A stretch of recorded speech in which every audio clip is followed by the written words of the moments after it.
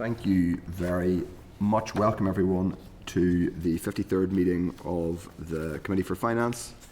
In this mandate, we're going to have a brief, we're going to have a couple of different briefings, including on the departmental brochure, which we'll take first. But first of all, as always, I just advise members, this is being broadcast in Parliament buildings and online. Either put your phone on silent or airplane mode should you wish to use it, or it goes for those in the public gallery too, and members. Agenda item 1 is apologies. We don't have any apologies, but we do have several members intending to join us online, and we hope they... A lot of complexity there, Chair. We hope they do join us at some stage. We'll leave it at that for now. Agenda item 2 is declaration of interest. Members are obliged to declare any relevant interests. Does anybody have an interest they wish to declare?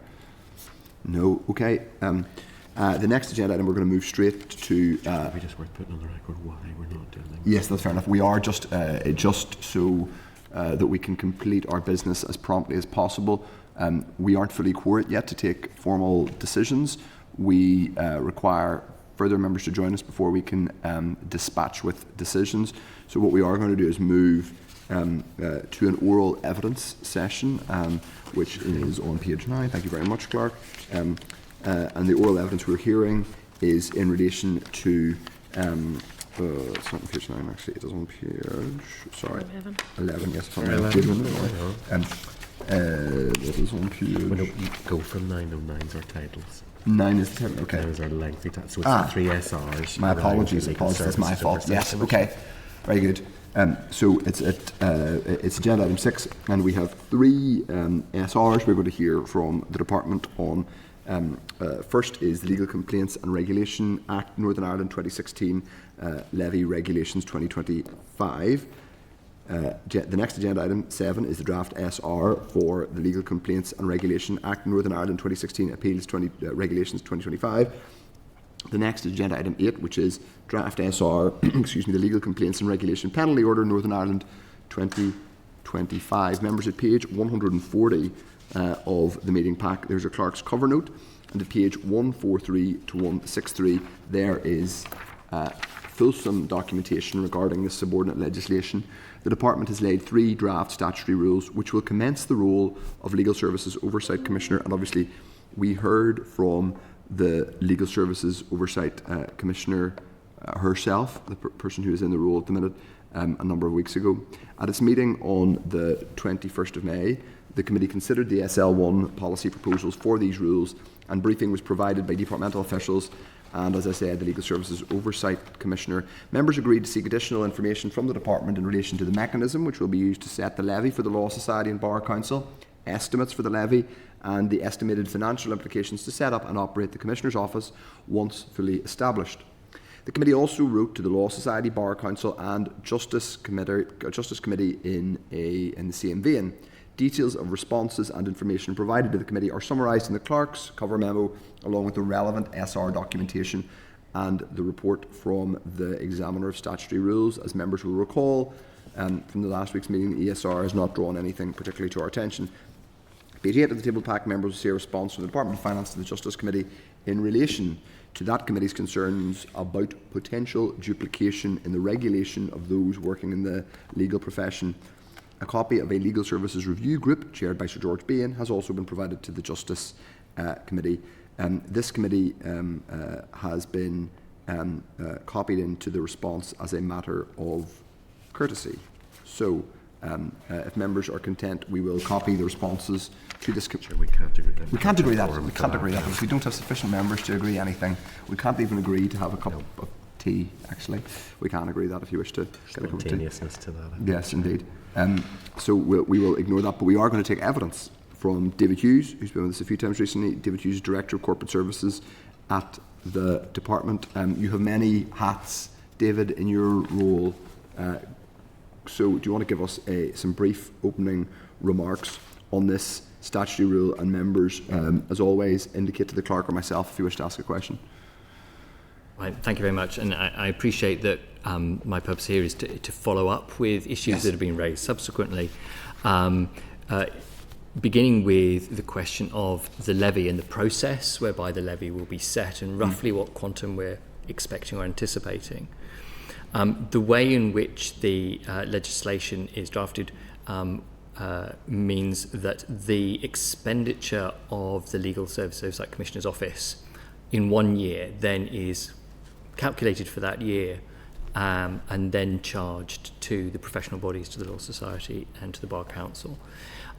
So the imperative upon the departments to ensure that only appropriate expenditure is made, and whilst we have a sponsorship function at present, and historically have had the sponsorship of the Lay Observer, and that will continue, we're aware that we have been very lucky in having a Lay Observer and Legal Services Oversight Commissioner who has operated very on a shoestring, really, and we will need to ensure that the sponsorship function, whoever is in post, is sufficiently and appropriately robust going forward, so that there would be regular governance meetings between the department and the Oversight Commissioner about the running of their office and their expenditure, so that we know and we can anticipate what the expenditure over that period would be. That then gives assurance to the professional bodies that they are being charged for what is appropriate for the Oversight Commissioner to be spending. It's been agreed with the Bar and the Law Society that it would be divided proportionately based on the number of solicitors and barristers, and that charge then is passed to the Law Society and the Bar Council. You say proportionally based on the number, so there's no weighting of one versus the other beyond simply the numerical number of solicitors and barristers? So what it looks like at the moment, I think I'm right, it's around 3,200 solicitors and around 700 barristers. So that proportionate split. There's no, and I'm not saying this is the case, but there's no consideration given, and this may not be appropriate because it's a levy rather than a tax, but there's no so to given to say, well, someone is a partner in a large law firm versus a junior trainee solicitor, or someone is a senior and established KC versus someone who's just finished their pupillage in the bar. There's no differentiation there. That how the professional bodies might want to consider it within their own organisations, within their own professions. We haven't delved into that, but rather looking proportionately.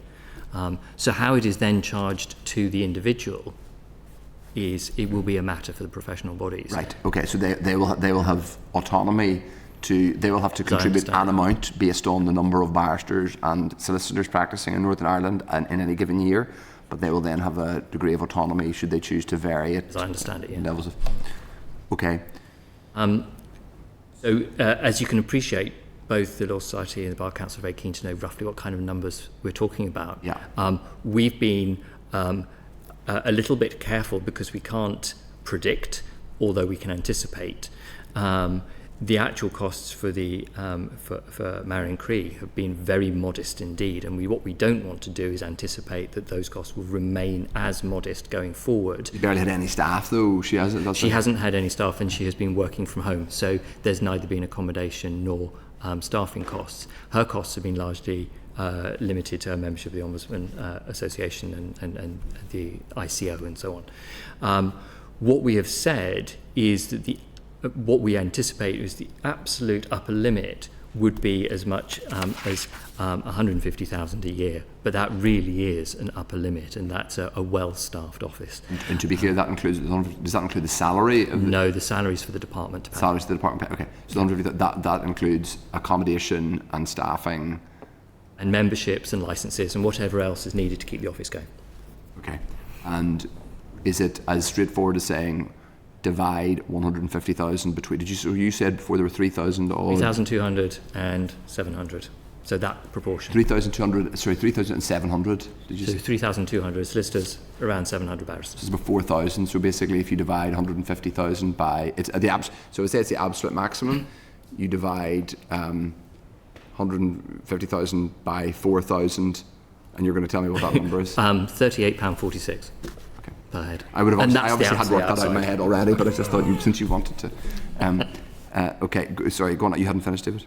I'm not sure there's very much more to add on the levy, but that's roughly where we are. I think the important thing is going to be to give assurance to the professional bodies that good and appropriate governance and oversight in the normal sponsorship role of the department will be in place, so that there are no surprises, basically. So that's in respect of the levy. I know the Justice Committee raised a question around how this relates to the wider regulation, and I think the important thing to reference here is this is simply about complaints, and the regulation function for the legal profession is much wider than that. Yeah. Registration and training and so on, and this is simply about complaints. The review that was done previously, the George Baines review, really confirmed that the existing regulatory framework still worked here, and it was just the complaints element that needed to be improved and to be developed further. So that's the assurance, really, that the relationship is managed. Okay, that's helpful. I say the one or two points just to pick up on. Then one of the points made in response to us by the Bar Council is their view that the commencement of sections 19.2c and 38.2c, which relate to negligence and the determination of negligence, should not be commenced. Just, it would be helpful to get a bit of clarity. Is it the position of the department that those won't be commenced? But they seem to be under that impression. Yes, it's been very useful talking to the professional bodies about what it might mean for those provisions to be commenced, and we're in agreement that can be done on the basis that the current Legal Services Oversight Commissioner is content that the arrangements within each professional organisation, the arrangements for these complaints committees, are sufficient to not to stymie the ability of people to bring complaints. And the Minister said that he would be happy on the basis of that assurance from the Commissioner, and that's the assurance that we've been. The Commissioner has given Marion has given an indication to the Minister that she believes that it is not necessary to commence these powers. Yep. And is that because presumably the intention was, whenever the bill was passed nearly a decade ago, that there would be the capacity for the Oversight Commissioner to make a finding of negligence, but since then the department has become persuaded of the view of the Bar Council and that it shouldn't, and that the powers within the council itself remain sufficient. Is that fair? Yeah, I hope I'm not going to do a disservice to the nuance in the issue. Okay. But as I understand it, areas of negligence are a point at which a complaint and the conduct function, or the conduct regulation, which is carried out within the profession, cross over. Okay. And in order to ensure that there is a sufficient clarity of those two functions, that someone bringing a complaint against a barrister or a solicitor can do so, and in relation to issues which might be considered negligence, but actually bringing a case of negligence, or a finding of negligence rather, is actually begins to bleed into the professional regulation role of the bodies. Okay. And there is no stakeholders have indicated that they are uncomfortable with those provisions not commencing? No, this is one where once the lay people have been talked through it carefully, it does make sense and does add up. And I think Marion's point is, having looked at the complaints function in the solicitor's profession now for some years, she is content that what's being put in place will work. Okay. Now, just in relation to the levy regulations themselves, the Bar Council both make the point, though the Bar Council with slightly more forcefulness than the Law Society, but both broadly making the same point, that they basically still don't feel they have enough detail on the levy? Are you endeavouring to give them some of that today by saying this is going to be 150k max? Well, what I'm actually doing is quoting from the letter that we wrote to them, Okay. to the letter separately to the two organisations, which is giving that. When did that letter go? assurance. Just That issued on the 13th. Okay, so 2 days, that's fine. So that's after they've got corresponded with us. So that's helpful to know. And was that the first time you had said to them, our view is that this will only ever go to 150k in terms of an overall cost, so it can never be more than... That figure actually was the one that was originally used in the consultation exercise prior to the legislation being drafted. So it's a figure that has been in place. I think at other times we've illustrated, my recollection was actually at the last session, we illustrated that even an individual levy of about £100 a year per lawyer would raise £390,000, which is no way that the Commissioner could possibly be spending that money. what would... So an individual levy for each solicitor or barrister of £100 would raise so much money, far more money than the Commissioner would ever need to spend. So those conversations have always gone on, but now we've got a letter. They've got a letter in front of them saying this is the upper limit of anticipated expenditure, which I think is the assurance that they were looking for. Okay, I think we can confirm that with them. That's helpful. Deputy Chair Dan Forsyth. Thank you, Chair, and thanks very much, David, for coming here and speaking to this. I just wanted to ask, you sort of answered it a little bit, but given that this legislation was originally passed in 2016, so we're 9 years down the line, was there like a strategic review of any way as to whether the 2016 piece that was passed is completely relevant in the current context? Certainly consideration was given to whether anything had changed sufficiently, and that's where the engagement, the ongoing engagement Marion has had with the Law Society, and the department's engagement with the Bar Council and Law Society has meant that if anything new or significant had changed, that meant that that legislative framework is, or even in detail, is no longer appropriate. We've had the opportunity to talk about that. Now, there is one place where the Law Society have come back to us and said,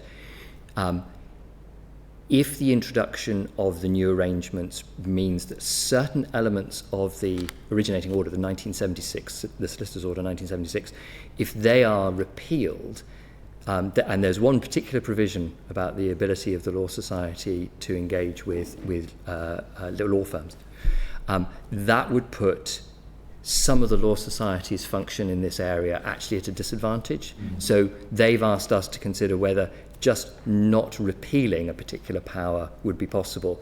And we're looking at that, very constructively. We want to make sure that the Law Society is able to do its work.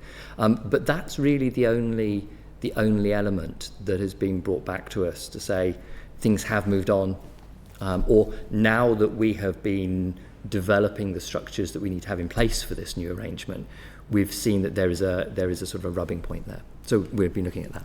Yeah, thank you, and thanks for the detail sent through in terms of the financing piece. I'm just concerned around some of the detail of that, and just for clarity, will the cost of this fall to the Department of Finance or the Department of Justice? This is the Department of Finance. All Department of Finance? So the Department of Finance is the sponsor for the body, for the Legal Service Oversight Commissioner, and responsible for the legal profession regulation. And so we have been funding the Lay Observer and the Commissioner in preparation for the implementation of this full set of arrangements, and that will continue to be our role. So yeah. And what would be the governance process as to setting what the budget would be? So you said you can't predict, but you can anticipate what the running costs are. So I'm a little bit uncomfortable around that, just coming from, that particular finance perspective. So if there is a proposal as to this is what we think the office should look like, these are the running costs, I just wonder what is the mechanism for governance for approval of that in advance, because where we have an office set up to an undefined scale and cost, and then the charges to recoup those at the end of the year, I'm just very uncomfortable with that. So just wonder what the governance structure would be to approve the budget in advance of spend. Well, it'll be a carryover from the existing budget for Marion's work, which has been considerably more than she's actually spent, but that will already be there, and it will include, and then the department also has the budget for the Commissioner's salary. So my understanding is that we will carry over the departmental budget, and obviously we're starting this office halfway through the year, and then we will as the additional costs are incurred, we will consider how much additional cost is reasonable to ensure that the Commissioner is able to employ staff or rent accommodation or whatever. So effectively it will be quite incremental, but the department will have full sight of that because there is no pre-existing pot of money in the Commissioner's hand to spend anything. The budget comes from the department in the first instance. And in terms of that, so I'm presuming there'll be like a degree of business case, some sort of approval chain as and when it does grow, because we've seen some other commissioners continue to grow and have quite substantial costs, running costs every year for their office. So it's just in terms of that governance chain as to if it was to continue to grow and grow, where does the limit come in, and just where is the control there?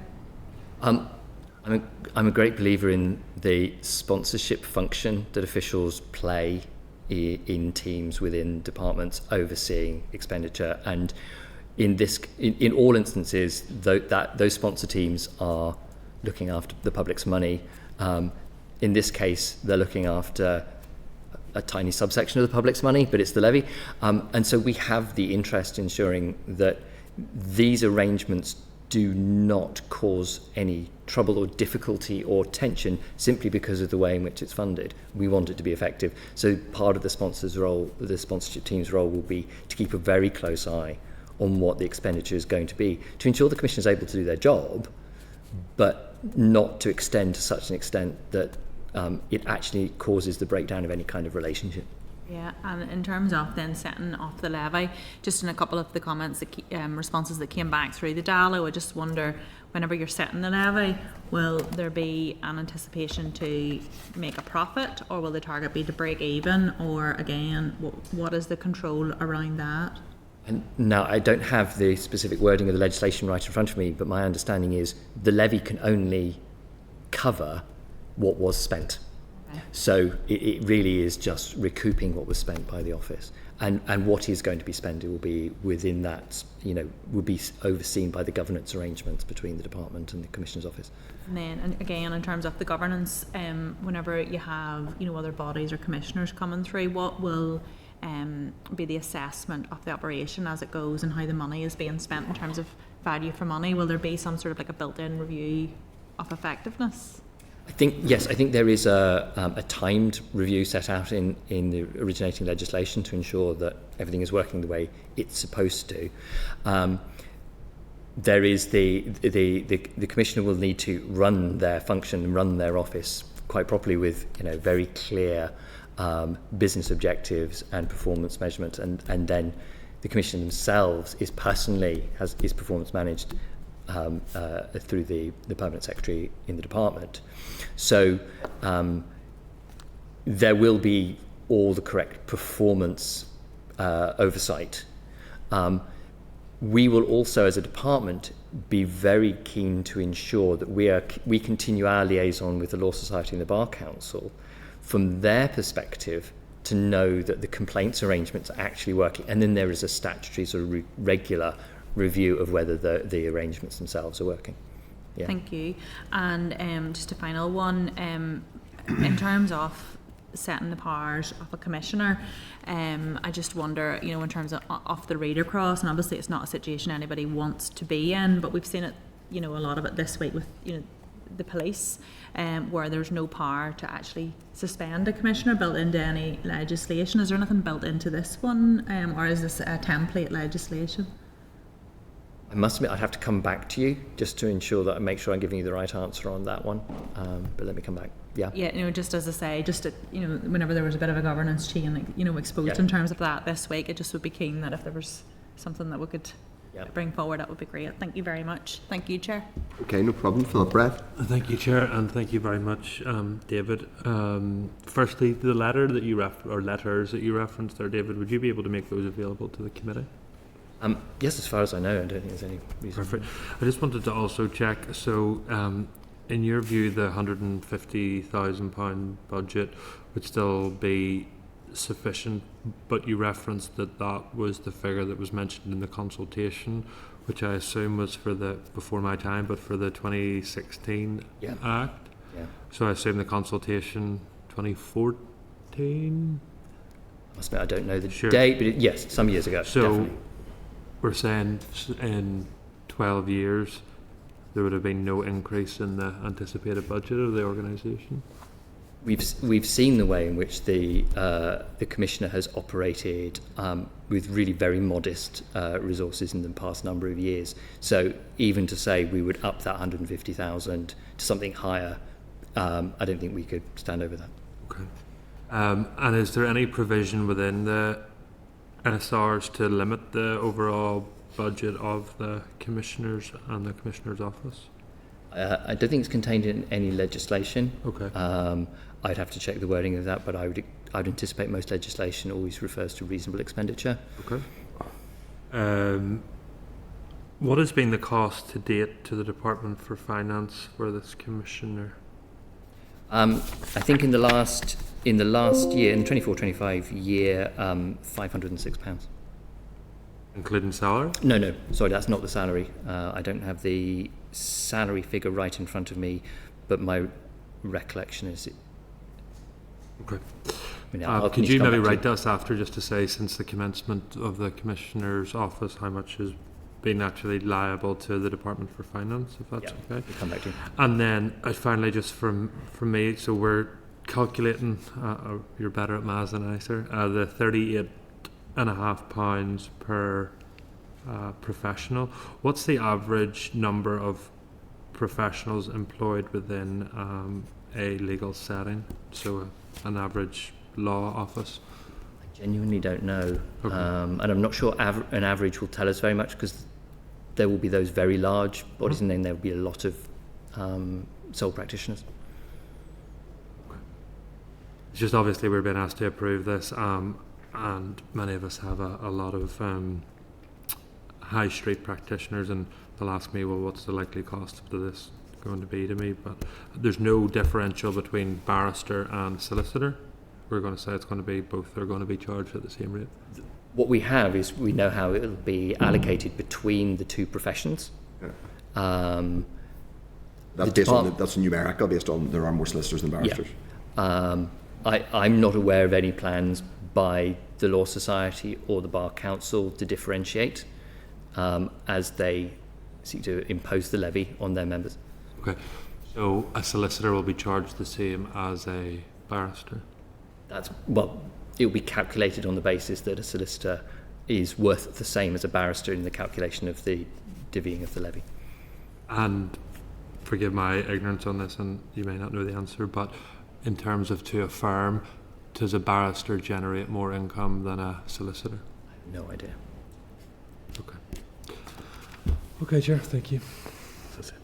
No one else has indicated, but just a couple on that point, and it's something that I had raised as well, given that now I know this gets to the slight challenge of the division of responsibilities between the departments that I've talked about perennially, but given that there is I believe, a policy aim, or at least it's talked about, and we had an Access to Justice APG here the other day, the need to protect access to, for example, small towns with often sole practicing solicitors who do a lot of very important work, and not just small towns, by the way, often areas of more deprived areas of cities where they do everything and are really vital. Just local solicitors. I declare an interest. My dad was one of those people. He retired many years ago, but doing signposting for individuals who might not have much understanding of the justice system, they might need a criminal defence solicitor, they might need another form of service that they're. Has any thought been given to suggesting to the relevant professional bodies that in thinking about how they charge this levy, they are mindful of the need not to put undue burdens on smaller, particularly sole practicing solicitors? I'm not aware who are leaving the profession basically, or are retiring and are not being replaced. I'm not aware of a conversation with the professional bodies that I've been involved in raising that question. I would expect that they would be aware of the issue, but it certainly can be part of the conversation between the department and the professional bodies. I think there is something that appeared, even if it's to kind of be upfront with the professions, that this is not designed to be an additional cost. I know there are lots of small sole practicing solicitors who are doing everything and struggling to stay open in high streets because they're performing effectively a public service. They're like sort of local GPs basically, and they find it hugely burdensome, and unfortunately there aren't enough people coming through in their 20s, 30s who want to do that kind of work. And it's a little bit like what we talk about here with banks or GP surgeries. Once those services are lost, particularly to certain high streets, they probably don't come back, and they're missed once they're gone. So I just think it's something to perhaps for the department to take away. Yeah. Ask one, sorry, Yes, final go ahead. question. Sorry, apologies, David. I just wanted to check, would the Commissioner's operating budget for each year need to be approved by the department? Effectively, it begins by being the budget set by the department, which is then recouped. So it's really that first year where the issue arises. But yes, my understanding is that the department has a clear oversight of the Commissioner's budget, which is then recouped. I think it's just picking up the point about legal professionals and potential pressure on the profession. Where these are still going to be small amounts of money, obviously keeping the portion, but very small. But I think what should be some assurance is the fact that both the Law Society and the Bar Council have been very keen to get from the department an assurance about what the quantum is likely to be, what the maximum is likely to be, and that there will be proper oversight and proper governance in the relationship between the department and the Commissioner. Okay. To ensure that it doesn't run away with itself. Yeah. And we have that, just for the record, before we move to actually asking, putting the question, it is going to be, in the department's view, a maximum of 150k divided between just under 4,000 legal practitioners in this region. Yeah. And it'll be for the professional bodies to decide precisely how that is divvied up between its members. Okay, we've no other questions, so thank you very much, David. I appreciate your time. Okay, now, members, I think we've usefully followed up. So I think, first of all, I'm going to seek agreement from members that the responses that we talked about, now that we are quorate for decisions, that the responses that we received from the Law Society, the Bar Council and the Department of Finance to the Justice Committee, so that we copy those responses to the Justice Committee, given the obvious cross-departmental interest, if members are agreed. Now, the rules that we're talking about are subject to draft affirmative resolution, and there is an Assembly debate scheduled for next Tuesday, the 24th of June. We've just heard from David Hughes, the relevant departmental official. So I'm now going to put the question.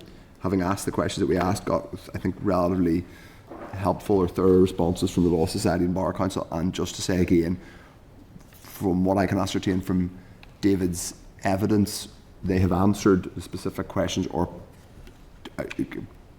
a significant bit of the questions the Bar Council and Law Society had in correspondence that post-dates what is in our pack, i.e.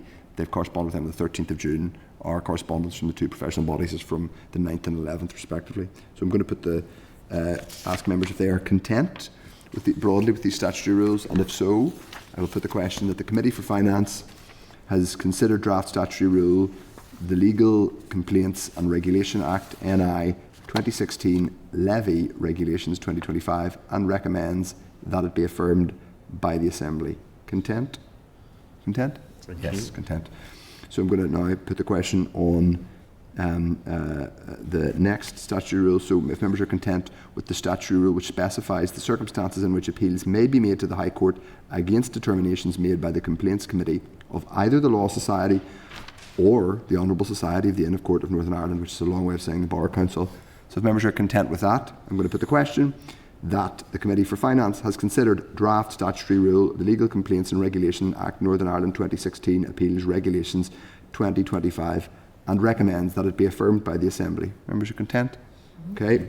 Members, I'm also going to ask if you're content on the statutory rule to set the maximum amount the Legal Services Oversight Commissioner may require the Law Society or the Honourable Society of the Inn of Court, Bar Council, to pay as a penalty should the professional body either fail to submit a plan which the Commissioner considers adequate for the handling of complaints or fail to handle complaints in accordance with its plan. Members are content? I would put the question that the Committee for Finance has considered draft statutory rule, the Legal Complaints and Regulation Penalty Order NI 2025, and recommends that it be affirmed by the Assembly. Content? Thank you. Okay. Now we are going to move. Yes, go ahead. Sorry, Deputy Chair. Yeah, thank you. I still have all of the same concerns as to what I have raised here, and I think with us, with this going to be charged into the Department of Finance, not the Department of Justice, I think that it's important that, you know, the committee in some way, shape or form is able to make it clear. I am really, really uncomfortable with they're just going to progressively spend on more staff and more premises without getting it pre-approved and then just charged to recruit it at the end of the year. And where's the limit on where that goes, just in terms of financial governance, and it's coming under our department here. So I think that I don't know in what format that be, but it's just as it's We growing. can ask to be kept abreast of everything that's effectively the financial performance of Yeah. the new office and that, and I think that's useful, effectively post-legislative scrutiny. If they're not like a standalone body, they're not getting, you know, an approved business plan, they're not getting their budget approved, it's not being sort of independently, you know, audited per se. So I just have reservations around just the progression of that, and I know it's not a huge amount of money, but I just think in principle, just to make that point. Regime, potentially quarterly. Why don't we, at the first instance, ask to be kept abreast? I'm not sure if we can ask the clerk to decide what an appropriate moment might be whenever they first. So this will commence on what date? Following September. September. Yeah. So I would say we could ask for an update certainly before the end of the year, or kind of if it's September, that'll be effectively 1 quarter. We'll have a quarter out of the way just before Christmas, so we could ask for that as a time to be, and any new and arising cost or surprises. Be content with that, and then we can revisit to whether we need to set up something more structured. Okay. Thank you. Right, members. The next point, we're going to return now to agenda item 3, which is chairperson's business. 3.1 is the Interparliamentary Forum, which happened on the 12th of June. There's some information on that at page 6 of the meeting pack. Now, I myself, in conjunction with the clerk and Paula Bradshaw, MLA, who's chair of the Executive Office Committee, attended the Interparliamentary Forum in the House of Commons. It was a useful discussion. I think the most helpful part of it was that we had quite a detailed, honest discussion with Douglas Alexander, who is now Minister for he's responsible for intergovernmental relations, and but the other upshot connected to that is I think it's fairly clear that other devolved committees are better able to get UK government ministers in front of them. It does not seem to be quite the struggle that we have. So I think we can reflect on that, and the fact that we've made progress, that we're having this informal meeting, is something to build on. I think we should institute it, particularly given we're going to be talking later on about the comprehensive spending review, and it's another one of those moments where we will only get half the story. We'll only get the account of the local department as to what they put in and what they got out. That's fair enough. They'll have their view, we'll interrogate it, but we're only really hearing half the story. In order to properly understand it, we would need to have officials from the Treasury or a Treasury Minister. So just make that point again, and I think it's one for us to keep plugging away at. And LCMs, of course. I forgot about LCMs. And we also had a discussion on legislative consent motions and the very difficult situation we find ourselves in with the data use and access bill. There, I think, is basically a widespread sense that there's a bit of a problem with LCMs, albeit some people, I think, feel they've got, certainly some of the representatives there felt the situation had improved slightly with this government versus the previous government. Perhaps the fact that this government is more, would see itself as more pro-devolution and less inherently antagonistic towards devolved institutions means that people expect a bit more from it. But there's definitely, I think, a degree of frustration, and that's going to be an ongoing forum where we sort of have discussions about getting better conversations between the devolved legislatures and the British government about LCM. And obviously we've had another LCM situation in the House, in the Assembly this week, where we've effectively been asked to give legislative consent to something when it's a bit too late to have any impact. Okay, members are content with that. We'll move on. The next item is 3.2, which is the Fiscal Council Sustainability Report on Water, which we mentioned last week, but obviously didn't really have a detailed discussion on it. That's published at page 9 of the meeting pack. So members, there's lots to discuss there, and I'm aware that I think this morning the Infrastructure Committee took evidence from the Fiscal Council on it. Yes. My view is that we need to think about doing more scrutiny on this subject, and I've asked the clerk to engage with his counterpart, because I think it might be useful for us to do a joint hearing with the Infrastructure Committee on the question of water. So if members are content, I'll bring it back. We will bring it back to the committee with a proposal at some point. It won't be before the summer at this stage, but well, it probably won't be unless we move very quickly. Deputy Chair. Thank you, Chair. And yeah, really important issue, but I don't really feel that it's best placed with us in terms of this. I know as my colleague Deborah Erskine chairs the Infrastructure Committee, and she attended the launch of the report last week, and she had said about the Fiscal Council being in, and they've got the forensic accountant in next week, so there's an awful lot of scrutiny going on in terms of the NI water piece within the Infrastructure Committee, and I feel like it's best placed for them to scrutinise their finances until they come to that piece. And I feel like the clerk had spoke just before the meeting today, we've quite a busy forward work plan here. I suppose my view is that, first of all, I don't think we should be doing detailed scrutiny of NI Water's budget, in the sense that that's not our job. It's not our job to scrutinise the budget of NI Water, the Education Authority, the Health Trust, beyond the kind of high level stuff. But I do think there is a case to be made for us having perhaps a one-off session where we look at the question of water infrastructure, because I think the fact that the Fiscal Council, which is a department of, it is an arm's length body of the Department of Finance, has seen fit to look at this in detail, I think means there might be a case. So I mean, we don't have to make any decision today. It's really a question of looking at an option for evidence, and it won't be until the autumn in any case. But I do think there's something there for us to do. I'm not, by the way, I don't mean a full-blown inquiry. I mean us almost demonstrating the seriousness of the issue by doing a bit of joint work, i.e. one joint session. But I'm happy to for people to go ahead. I know you're not making a decision today, but I'd also back Dan's comments, because I don't see what, and as Peter has said about how busy we are, I just don't see how we should get involved in this yet. Fair enough. Owen? I'm minded to agree with you, Chair, on this one, though NI Water's finances are first and foremost an issue for the Infrastructure Department and the Infrastructure Committee. The pressure that it's placing on capital funding in particular is of strategic importance to the wider budget, and there some of the discourse and debate around it touches upon revenue raising measures, which this committee would be interested in as well and would have a view on. So I do think that it is a serious issue for the Executive and for the Department of Finance and the budget of the Executive more broadly. And so I think even if it was just one joint session with the Department, with the Infrastructure Committee, as you said, a signal the seriousness with which a number of committees view this issue, I think that would be worthwhile. Well, I would just say we obviously did do a session with the Economy Committee on the cost of doing business and the pressure arising out of that. I don't think this is necessarily a less serious issue than that, and I think the visibility of doing a joint session, I think, does add to the importance, but it will be for the committee to make a decision. So if the clerk is able to come back with a proposal, that's for at some point, and obviously if members don't want to do it, then we'll be able to, they'll be able to express that view then. So without and the proposal would obviously, Chair, have to go to both committees, and there'd have to be agreement on that. So effectively what I would propose is to find out from the clerk of the Infrastructure Committee is just what their plans are, and then go from there, Chair. So if neither committee is minded, or even if one committee isn't minded, then we won't be able to proceed, but I think it's just something to look at.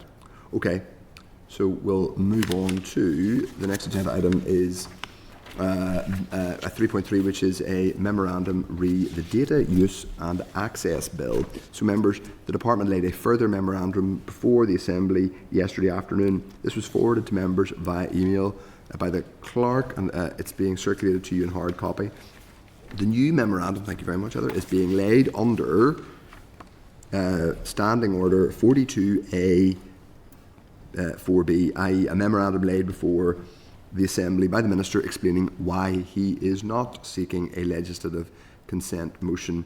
The Minister has, however, laid a motion for debate on the 30th of June as follows. Can I just check with the clerk, who may be able to advise? a memorandum being laid under 42A does not require a debate in the Assembly because no legislative consent is being sought? Is that correct? Oh, now there's one, Chair. Technically, I would say yes, but I would need to check that.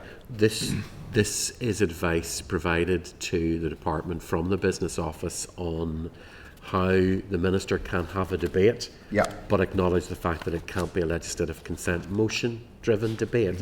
So this is the second part of Standing Order 42A, paragraph 4, where it allows the Minister to lay a memorandum that is not leading to seeking a legislative consent motion to be debated, but will allow another motion to be laid.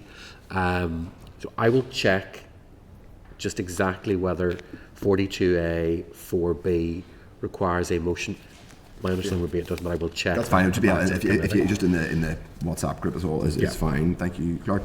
So members, the motion laid is as follows: that this Assembly notes the passage of the Data Use and Access Bill introduced in the House of Lords on 23rd of October 2024, and further notes the relevant provisions of the bill dealing with smart data, the National Underground Asset Register, and the amendment of Section 35 of the Digital Economy Act 2017 insofar as these matters fall within the legislative competence of the Assembly.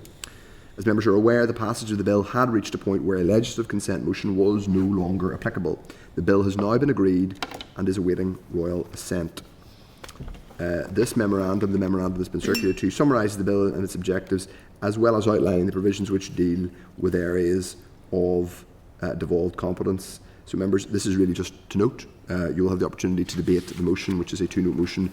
The committee will not be giving a considered view on either the LCM or this memorandum because, as we've discussed, we didn't feel we had time. Sure. What yes.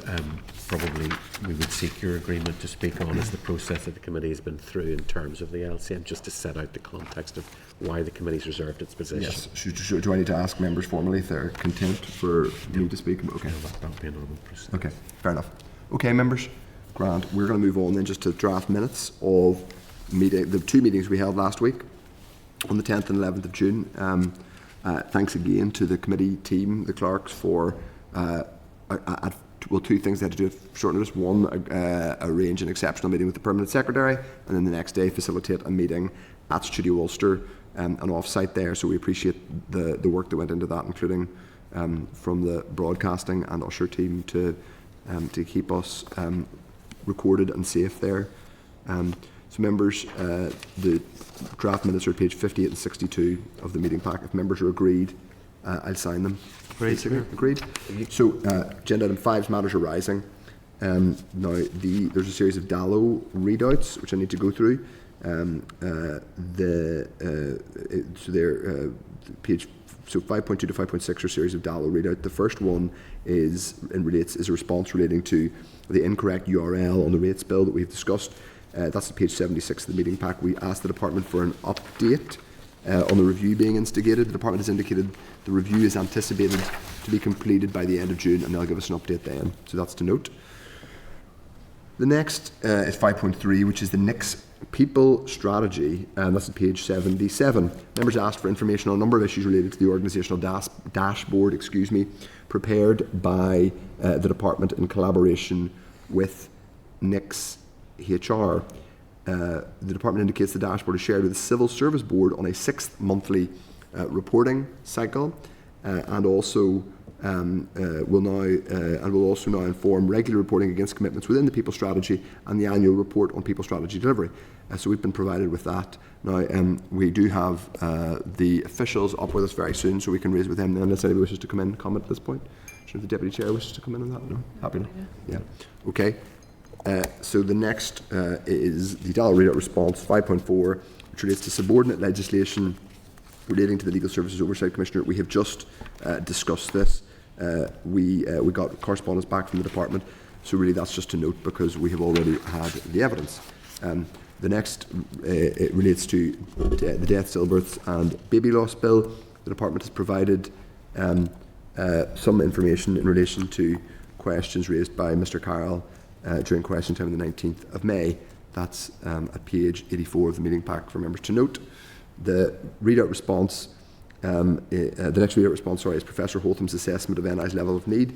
That's at page 85 of the meeting pack. The department previously indicated to the committee that the Holtham report would be published shortly.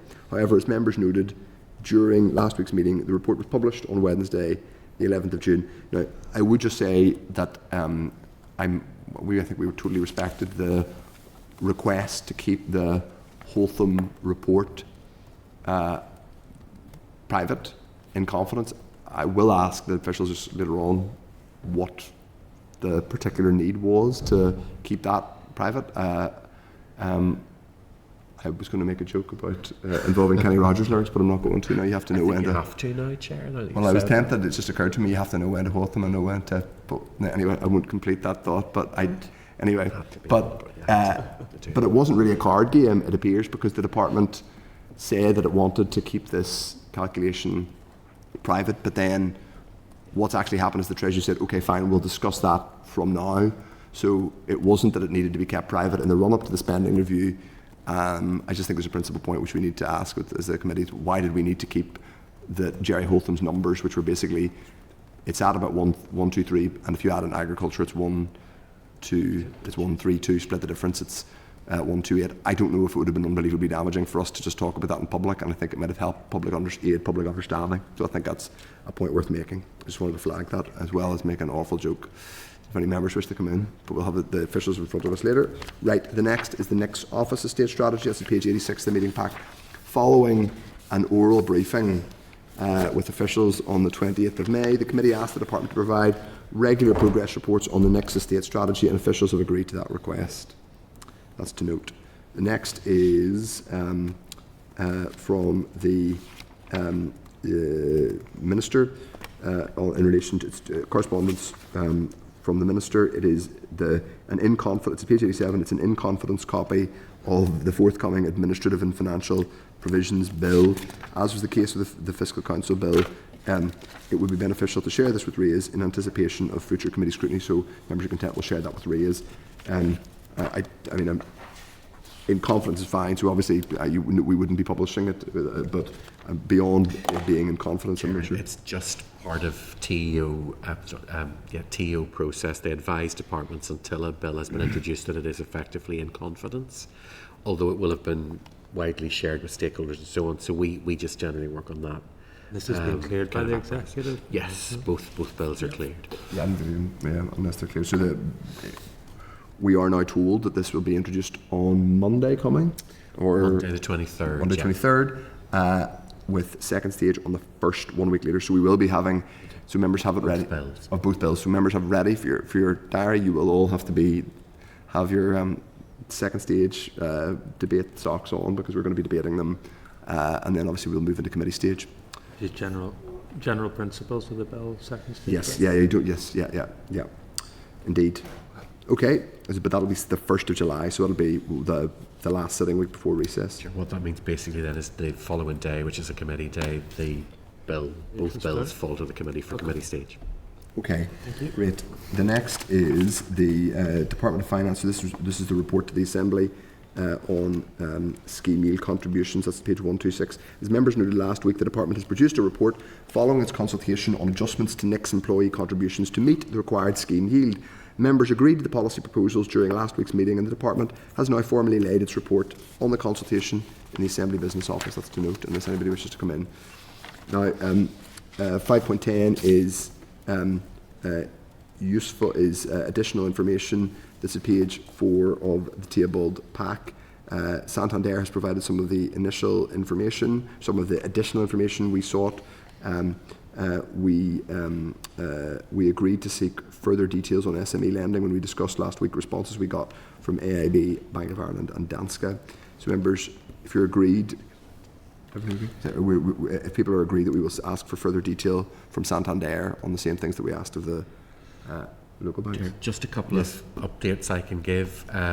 I've had clarification that the memorandum does not require a motion to be accompanied to it, because consent is not being sought. The other thing, Chair... There will be a motion. Well, there is a motion. The Minister has a motion but it doesn't have to be there. The two bills, I should have said at the time, if we can get members' agreement to write to the other statutory committees to seek their views on those bills and to flag up that those have now both been received and are going to be introduced. Obviously, we will apply the confidential rule. However, they will not be seen by the relevant committees until after introduction anyway, so that kind of ceases to be an issue. But if members are agreed that the committee's content that that's done, thank you. Okay, members content.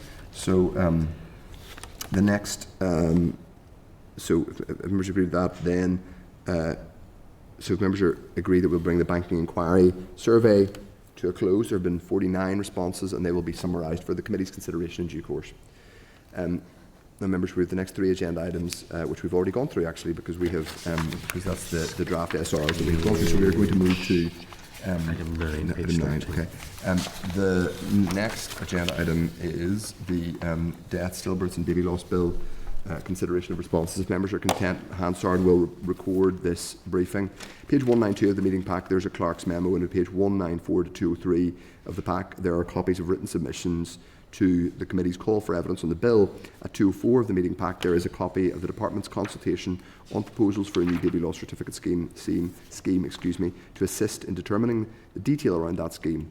Members have been provided with a response from the department regarding Jerry Carroll's query raised about a potential inequality faced by unmarried same-sex couples living in the north but undertaking IVF in the south. Finally, there is a response from the Minister regarding a liaison between departmental officials and the Forget-Me-Not group. The Hansard transcript from the evidence session has also been provided for members in today's pack.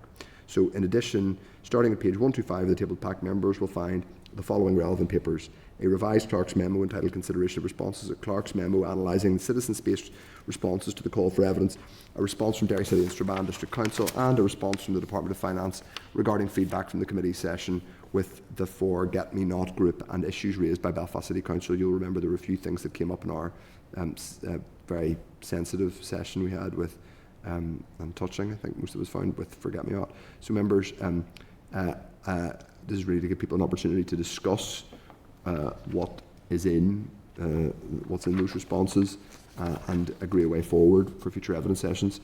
It's first of all worth saying, just as we are seeking to get, for the purposes of the record and to give a fulsome report of the views of impacted stakeholders, we're trying to get people from the funeral directing that sector to give us a response. I know, and I'm sure others experienced, whenever there was a question that it wasn't actually it was I think a bit of a misunderstanding that the COVID era secondary legislation was going to lapse and therefore we'd have to return to in-person reporting. Some of the funeral directors, I think, got very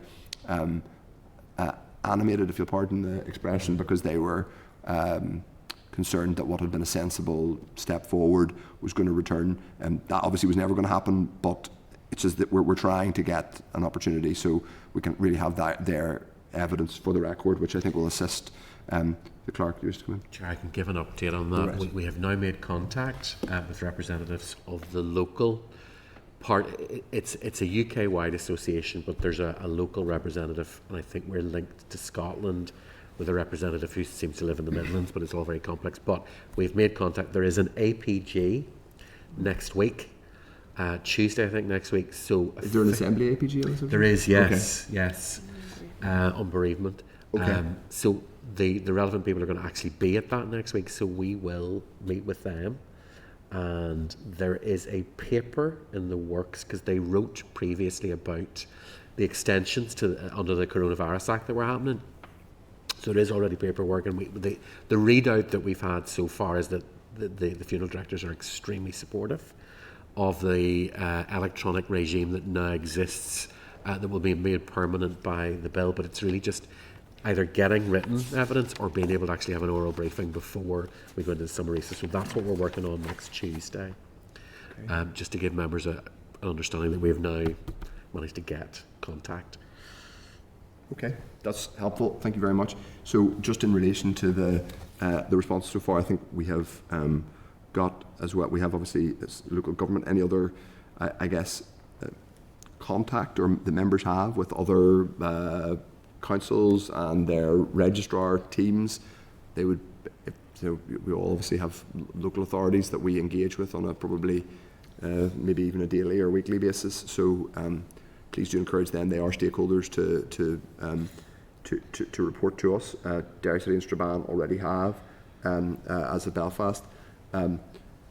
I think we've got the most critical things we heard from people who've experienced baby loss, and they were obviously really impactful. I think any other stakeholders who are out there who wish to give their views on this, and anyone is entitled to give their view on any piece of legislation, I would encourage them to do so that we're able to make a full report back. I don't know if any member wishes to add to that. Deputy Chair. Yeah, thank you, Chair. Again, thanks to the clerk team for bringing all of this together. It's really clear and easy to understand, just well presented. A couple of things, just it came through in our evidence session, just want to flag it to make sure that it's captured. It was on the details of the layout of the birth and death certificates for the stillbirth. So the survey is talking about the registration of the particulars and who can do it, but just the fact that we're actually asking for a consideration of what appears on that particular certificate, how it looks and how it had made people feel. So I think we've got a really good opportunity to actually highlight that and grasp it in that particular way. And again, the point was made in that session as well about medical cause of death and the way that looks and how impactful that is on actual certificates or registration pieces. And here again, a consultation, because it is doing what it's doing, it's just talking very much about the electronic transmission of these, but just wanting to make sure that we're taking account of how these documents look and make sure that we're fully feeding that back and picking that up. Fortunately, the department, we've been in very close consultation with the department as we've gone along. We've been feeding everything through, so the department's already picking up on this. The department, I have to say, Chair, has been incredibly helpful in a fast turnaround of responses, and all the information that the committee has picked up they're already dealing with. A really good example is the consultation. They've already heard what's been said about the language being used, and they've already made sure that the consultation is language friendly and that it shouldn't cause any more upset than the issues themselves will cause for people. The other thing I wanted to flag up was, because if you look at the responses, because we've had a very specific number, and I probably should flag up the vast majority of the responses that came back through Citizen Space were dealing with clause 11 around the baby loss certificates. You have a couple, because of the number being around 40, you have a couple of what look like anomalies there, where people look like they're not agreeing with things. Often that could be one individual. If I flag up a couple of responses, we had one individual response where effectively there was a rejection of Western medicine, and therefore there was a no put through for all the clauses, and that's where you get that strange anomaly of people rejecting clauses that were otherwise everyone else was content with coming through. And you also then have the flag up around the language, as the Deputy Chair has said. Some of the other issues that Mr Frew had brought up that have already been captured by the department were echoed again by some of the organisations that came through. So how this will appear for committee when we get further down this process is in the bill table we'll use. There's the clauses of the bill, the explanation of the clause, the issues that have been raised through consultation or through members, departmental response, and then an ability for members to decide how they want to take that clause. That'll be particularly relevant for the informal clause by clause and then the formal clause by clause, which we're sort of planning towards being the first meeting back, which has now become an extremely loaded meeting in September. But we'll try and get an informal clause by clause done prior to the summer recess, so that means we can go into summer recess to clear up any issues. So that's kind of where we're sitting at the minute, Chair. We're still getting feedback from the councils. So the other agreement I wanted to get from the committee was, we have one council that has come back to us but doesn't want their response to be published. We have a couple of councils that are going to have to wait for committee approval. So we've got a response, but there will be a committee in that relevant council needs to approve it in either July or September.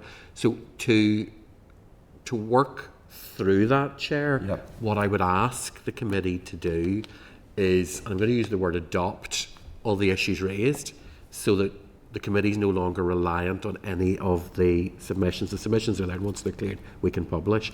But it just means it's not slowing us down. So if the committee adopts all the issues, they can be fed back to the department, and the department can give a response quickly.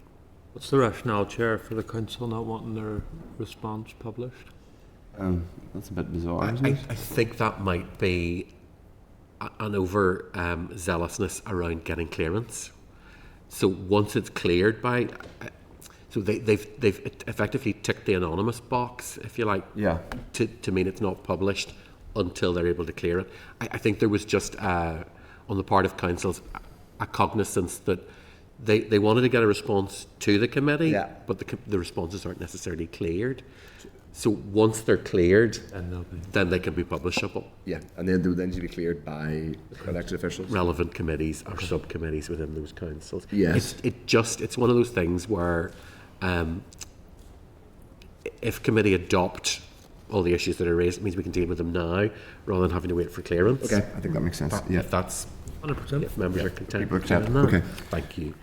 Now, okay, so if members are also content, we will extract, which is a good verb in my speaking note here, the issues raised by those who have provided written submissions on the bill and send them to the department for consideration. Okay, members content. The next agenda item is 10, and that is the service delivery brochure, the oral briefing from the department on targets and delivery metrics in the set for resourcing, which includes resourcing, employee relations, occupational health and well-being. So members, at page 256 there is a clerk's memo outlining the background to today's session. Page 258 there is a copy of the Department of Finance Service Delivery Brochure. 274 to 279 have particular relevance for today's session. Also included in page 142 of the table pack is a briefing paper from the department, which was submitted after the main packet issued, but it's there at the page 142 of the table pack. So we have Catherine Shannon, who's Deputy Secretary, Next Human Resources, Debbie Sherlock, who's Director of People Services, hello Debbie, and Beverly Beggs, who is Director of HR Transformation. We've a lot to get through today, so I appreciate very brief opening remarks, and we'll get straight to questions if we can, but if you want to make some very headline remarks, Catherine, thank you. And members obviously indicate as always you want to ask a question. Okay, Chair. Go ahead, yes sir. Okay, Chair, Deputy Chair, committee members, thank you for the opportunity to provide you with a briefing on the department's service delivery brochure, specifically in relation to Next HR. I'm aware my colleague, Corporate Services Director David Hughes, was with committee last week setting out the purpose of the service delivery brochure, and he updated really what the aims of the brochure were. So since the first iteration of the brochure, senior management team in Next HR has changed. So as you've said, Chair, I'm joined by Debbie Sherlock, Director of People Services, and Beverly Beggs, Director of HR Transformation. Senior management team also includes Karen Wallace, who's the Director of Resourcing, and Colette Heaney, Director of Pensions, who you met last week. We are also leading on the development and implementation of a number of key initiatives for the Next People strategy, and we're committed to developing our key performance indicators and metrics aligned to that. Feedback from Finance Committee members, our internal customers, standard best practice HR metrics and KPIs will help us as we refine and transform our services and strive towards the highest possible standard of delivery. So, happy for questions. Sure, I kept that brief. That's very concise. We appreciate that. I suppose now we're going to later this year we will be hearing from you again because we're going to do a more detailed bit of work on, I guess, HR and some of the issues, including sickness and absence, and I said probably succession planning as well. I suppose looking at the service delivery brochure, my first question would be if you scroll down to the pensions section. The delivery metrics are really quite specific, and that's a good thing. It says delivery metrics 99.4% of pension awards paid by the due date or within 6 days of receipt of information, and 100% of civil service pensioners paid on last banking day of the month. Those are very clear, crisp targets that if I was a civil service pensioner or someone who was interested in that would be able to understand. I have to say, in some of the other areas of Next HR, it isn't quite so clear. On employee relations, for example, where we know there's an issue, it says, under delivery metrics, it says the baseline metrics will be collected in the 24-25 year with a view to providing improvement targets for the following year. So we're already out of the 24-25 year now, but under delivery metrics it says number of long-term sickness absence casework, number of long-term sickness absence casework by length of absence, and then a few other things beneath that. Are there now more specific metrics that you could update us on for example, employee relations? Okay. So the very short answer is no, not at the moment, but they're under development. So we have just recently restructured the employee relations teams, and we've created a team specifically to look at management information and to extract more timely information from the HR Connect system. We've also then created a sickness absence team that will focus only on the management of the sickness absence cases, and then the third team will focus on the grievances, disciplines, dignity at work, decision-making cases there. So that will streamline our services and make it easier then to extract key metrics from that, so that what the team's doing now, having reorganised itself just from Monday this week, is to look at what are a set of meaningful KPIs and metrics. So at the minute, your team, Debbie, has reorganised? Yes, in employee relations. That's one of my teams. Yeah.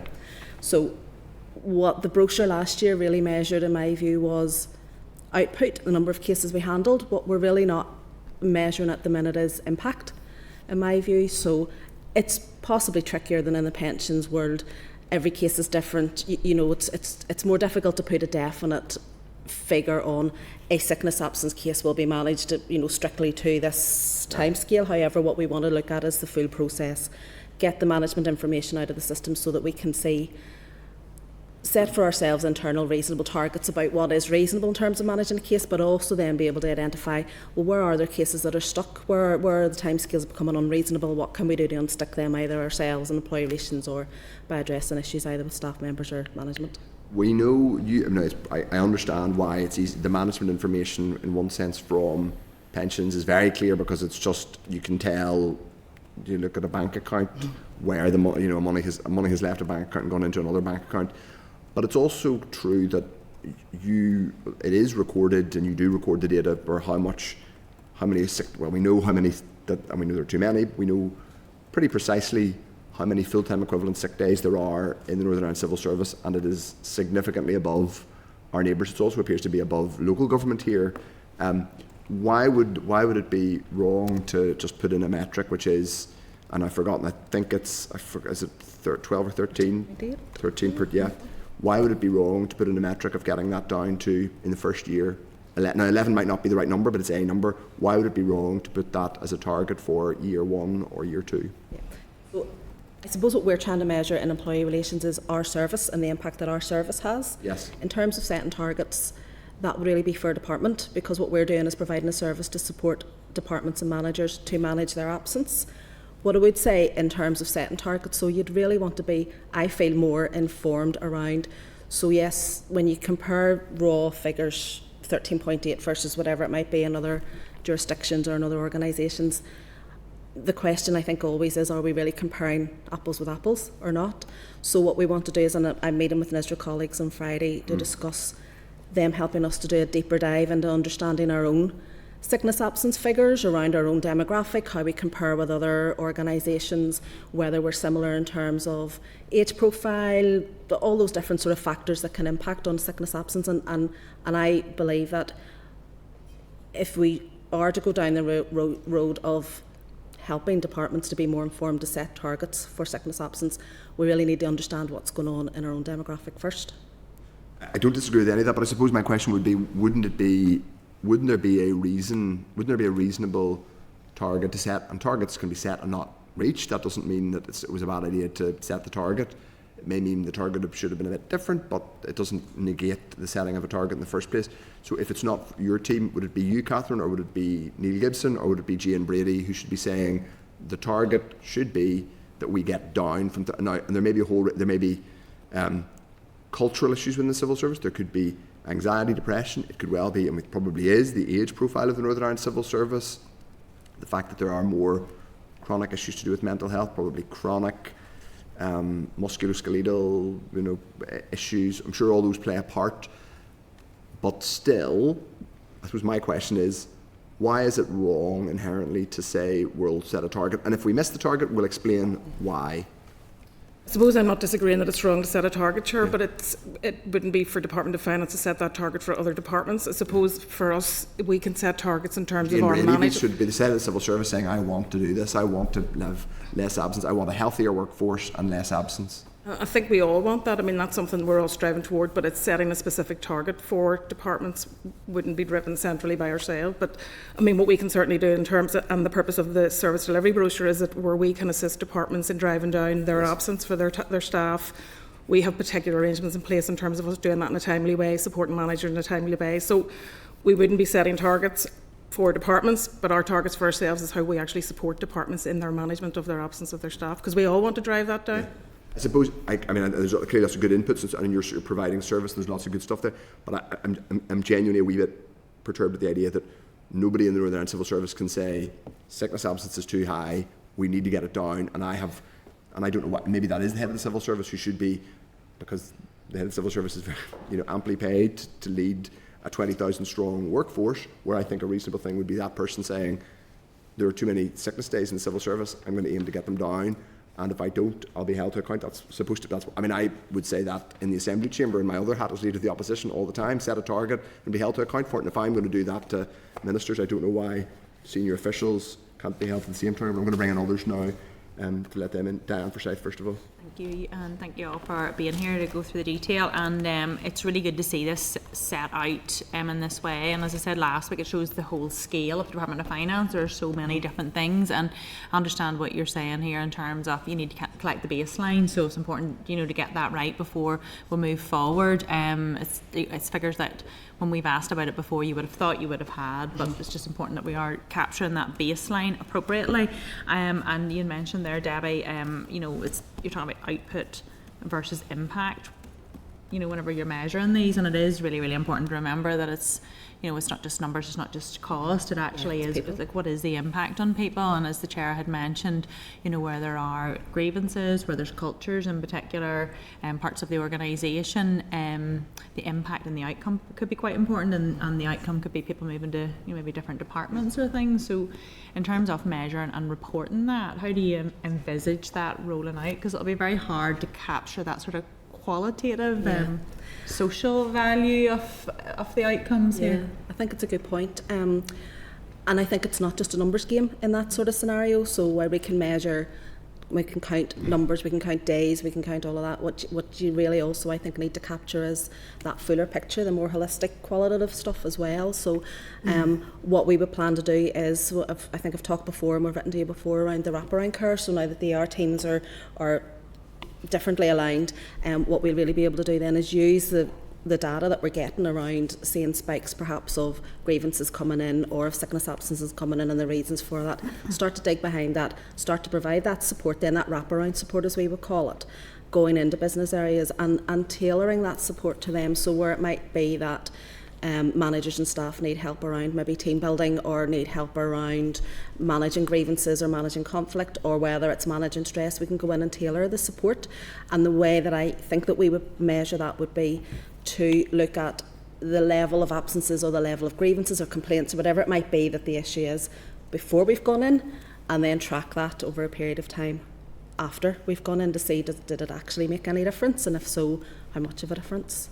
And as well, with you being the sort of the centralised shared service, you're the experts in terms of that. But again, going back to the point that it's people and work, based scenarios, different types of work, different branches, different locations that they're working in. There'll be a whole variety of reasons for the different things. I just wonder, is there an overarching strategy for taking an approach to sickness absence, or is there things within individual departments? Because ultimately it's going to be quite important as to what it looks like for managers within departments themselves. Yeah, so, there's the health and wellbeing strategy that was launched earlier this year that focuses really in on supporting staff and managers to stay healthy in work, but also then, at times whenever people can't be in work, then to support them back into the workplace again.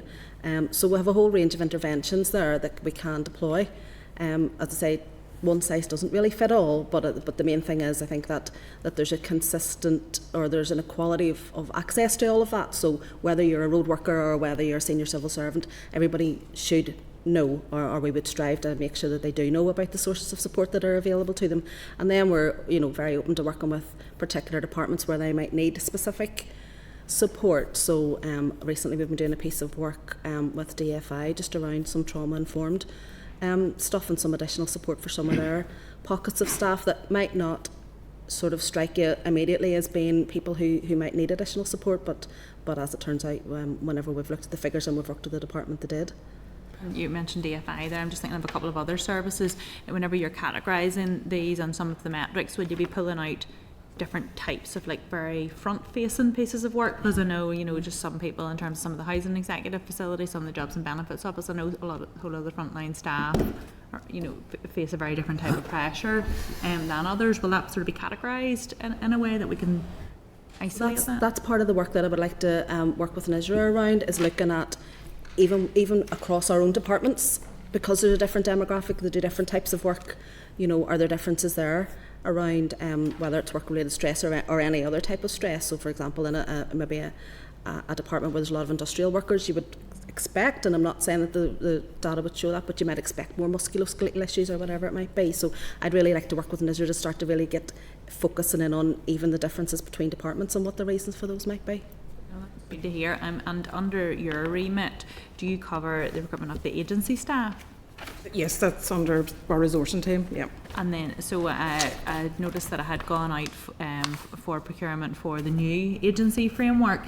Do you have any sort of strategy in place, or will that be captured anywhere coming through in this dashboard about targets around like the level of agency staff that we're employing, or where will we see that coming through in terms of we can certainly include that in as part of that. So, and we do gather those metrics just slightly separately. So we would manage the contract on behalf of departments and work really closely with like a department for communities. So our departments who would be big users of the agency contract. So we would have specific metrics there. But I mean, happy for committee to see those, and you know, as they develop and as they move along, or even, you know, as at now. Yeah, no, it would be useful because we're obviously seeing figures coming through in terms of, you know, like absences and stuff, and in terms of sick leave. But to see the agency figures coming alongside that, I think would definitely be very, very useful. But I saw a snippet, I'm not sure where exactly it was, but the way that it was coming through in the dashboard, and it definitely is really, really useful to see it jump out. And just point I think maybe the chair had made, you know, we do have like a good age of an average civil service. I think it jumped out, was it like 47 or something? Yeah, it was the number that jumped out age, at me on it. Would that be comparable with other regions, or would that be in terms of bigger organisations or public sector organisations? Yes, I suppose it depends on the industry, but you know, for us that is something that we're looking at in terms of factoring that into other things. So again, Debbie talked about, you know, health and wellbeing. So we also have, you know, a specific commitment under the Next People strategy in terms of the health and wellbeing of all of our staff.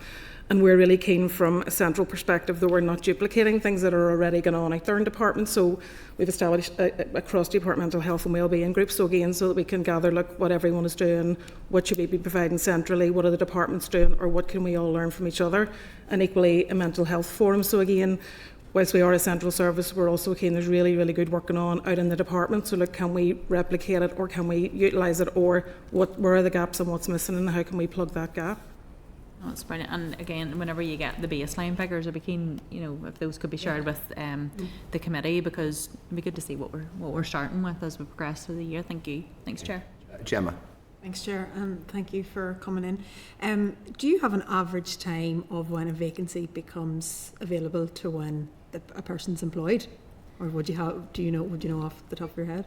It depends really on the campaign, and I suppose, I mean, again, recruitment is one of the key focuses that we want to look on, and that very much, that sort of time from a requisition is raised to a person is in post is something that Karen and the team are looking at. So again, because we have a number of different ways in which we recruit, so we would have large volume campaigns that we would maybe go out once a year, once every 2 years, and it's a huge process, or there would be smaller, more discreet, more bespoke campaigns for professional, technical. But what we very much want to get to, and again in terms of the baseline, is thinking about, okay, well, how long does a general service competition take? How long should it take from end to end? How long should a professional and technical post take to fill?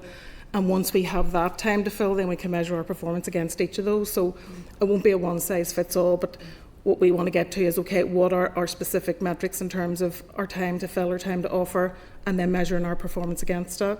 So Karen and the resourcing team have been mapping each stage in the process and setting timelines against each of those. And again, that's back to gathering the baseline metrics, so we know from, you know, point A to point B, it on average it's taken 15 weeks, it should be 5 days. So that's where we can then really start drilling in terms of the improvements that we're making, or changing the way that we're doing things, or changing our recruitment process. So it was a bit of a long-winded answer to say no. So basically, you're working on it. But we want to get there very quickly, yeah. Okay, no, that's great. And you've answered my other question about how you're supporting departments with sickness absence. So that's me, Chair. Okay. Thank you.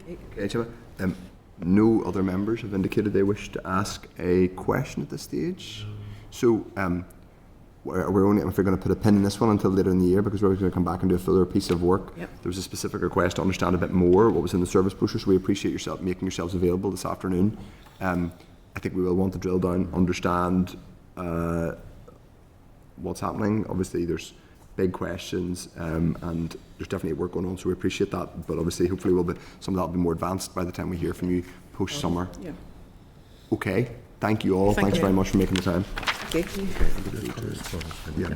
So we're just going to briefly do some of our what do we do? How much correspondence do we have? 3. Okay, I'm going to briefly do our correspondence, members, before we move on to our CSR evidence, which is the main event today. So 12.1 is from the Committee for Infrastructure.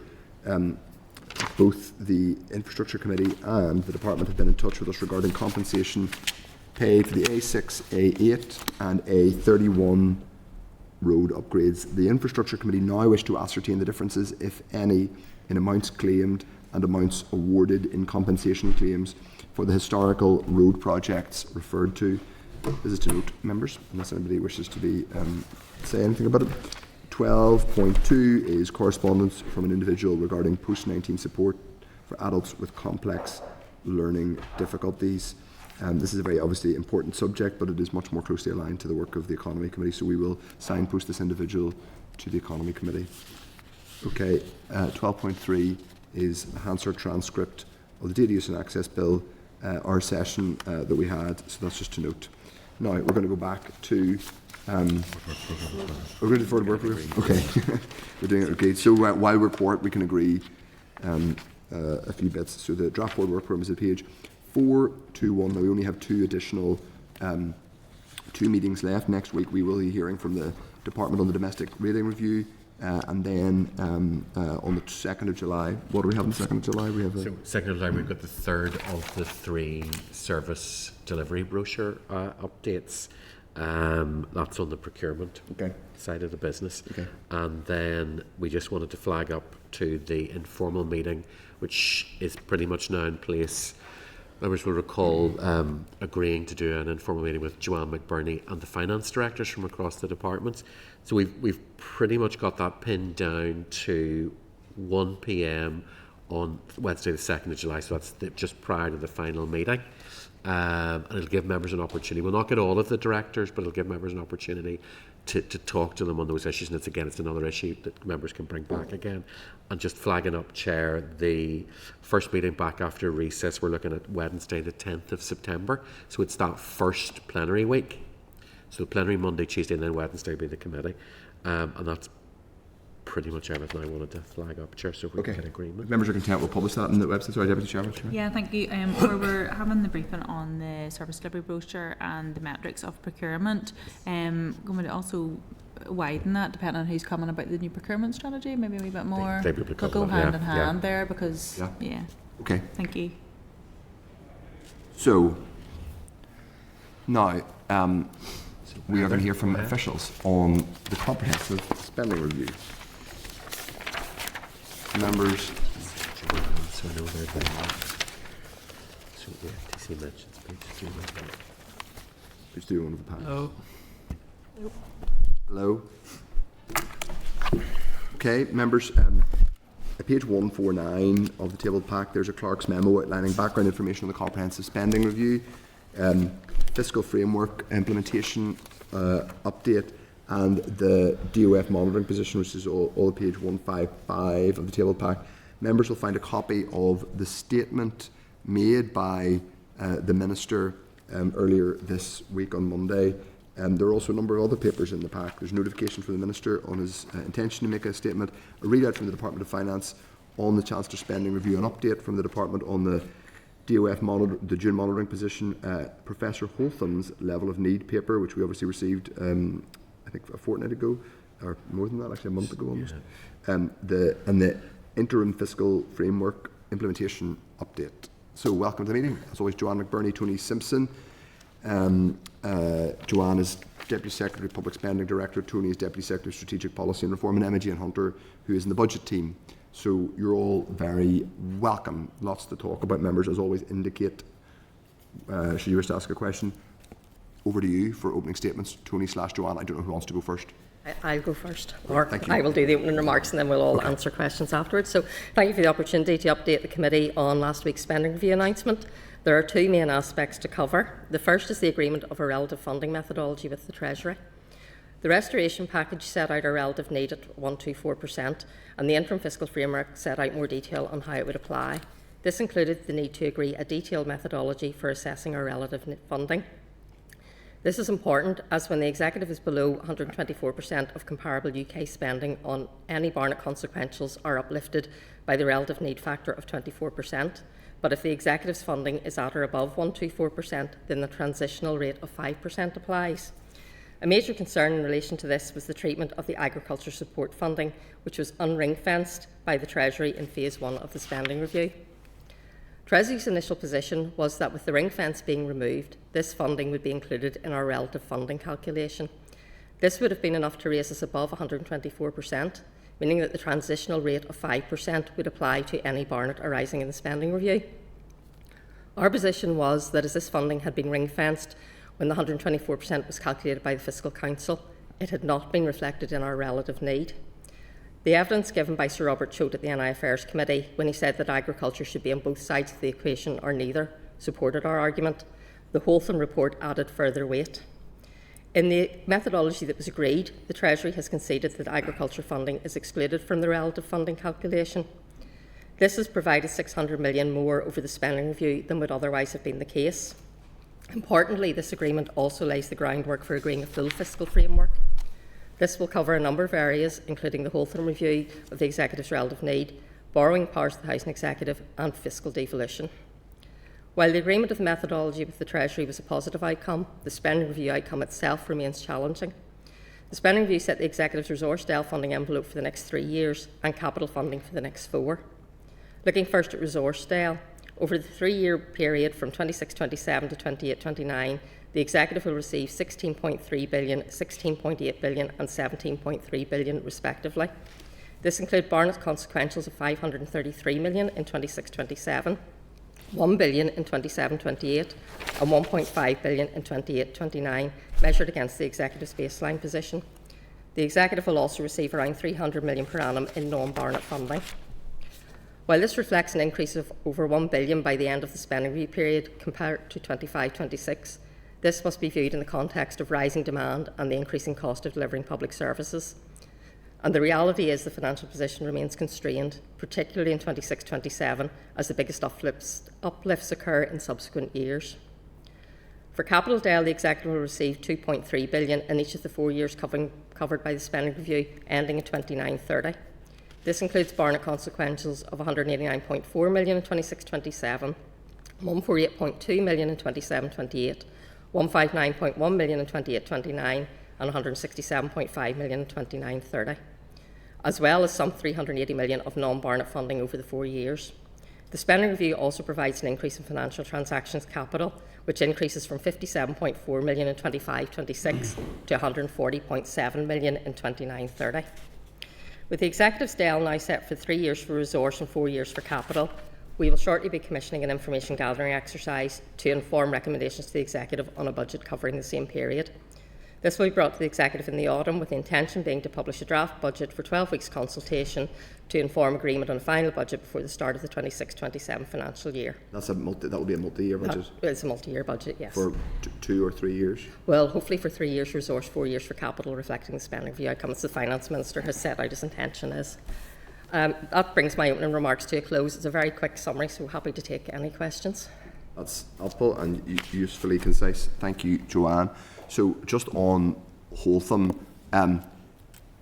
Holtham said that need was 123, but if you include agriculture, for the purpose of splitting the difference, let's say it's about 128. Did the Treasury agree with that, or did they not feel they had time to engage in a substantive discussion? What was their actual response to the Holtham calculation? Well, Treasury, as you will have seen from the Finance Minister's statement, they have recognised the Holtham report and they've agreed that we will pick up further work on that as part of the full fiscal framework. Yeah. But the concession in this one was Holtham gave weight to our argument about the agriculture funding, so they have conceded as part of this methodology that it's excluded for this period. So are you satisfied then that there's not going to be so if, for example, you continue to baseline in the level of agricultural spending, is effectively what was the a version of the single farm payment, that's not going to lead to a kind of a squeeze elsewhere on the basis of what we learned last week?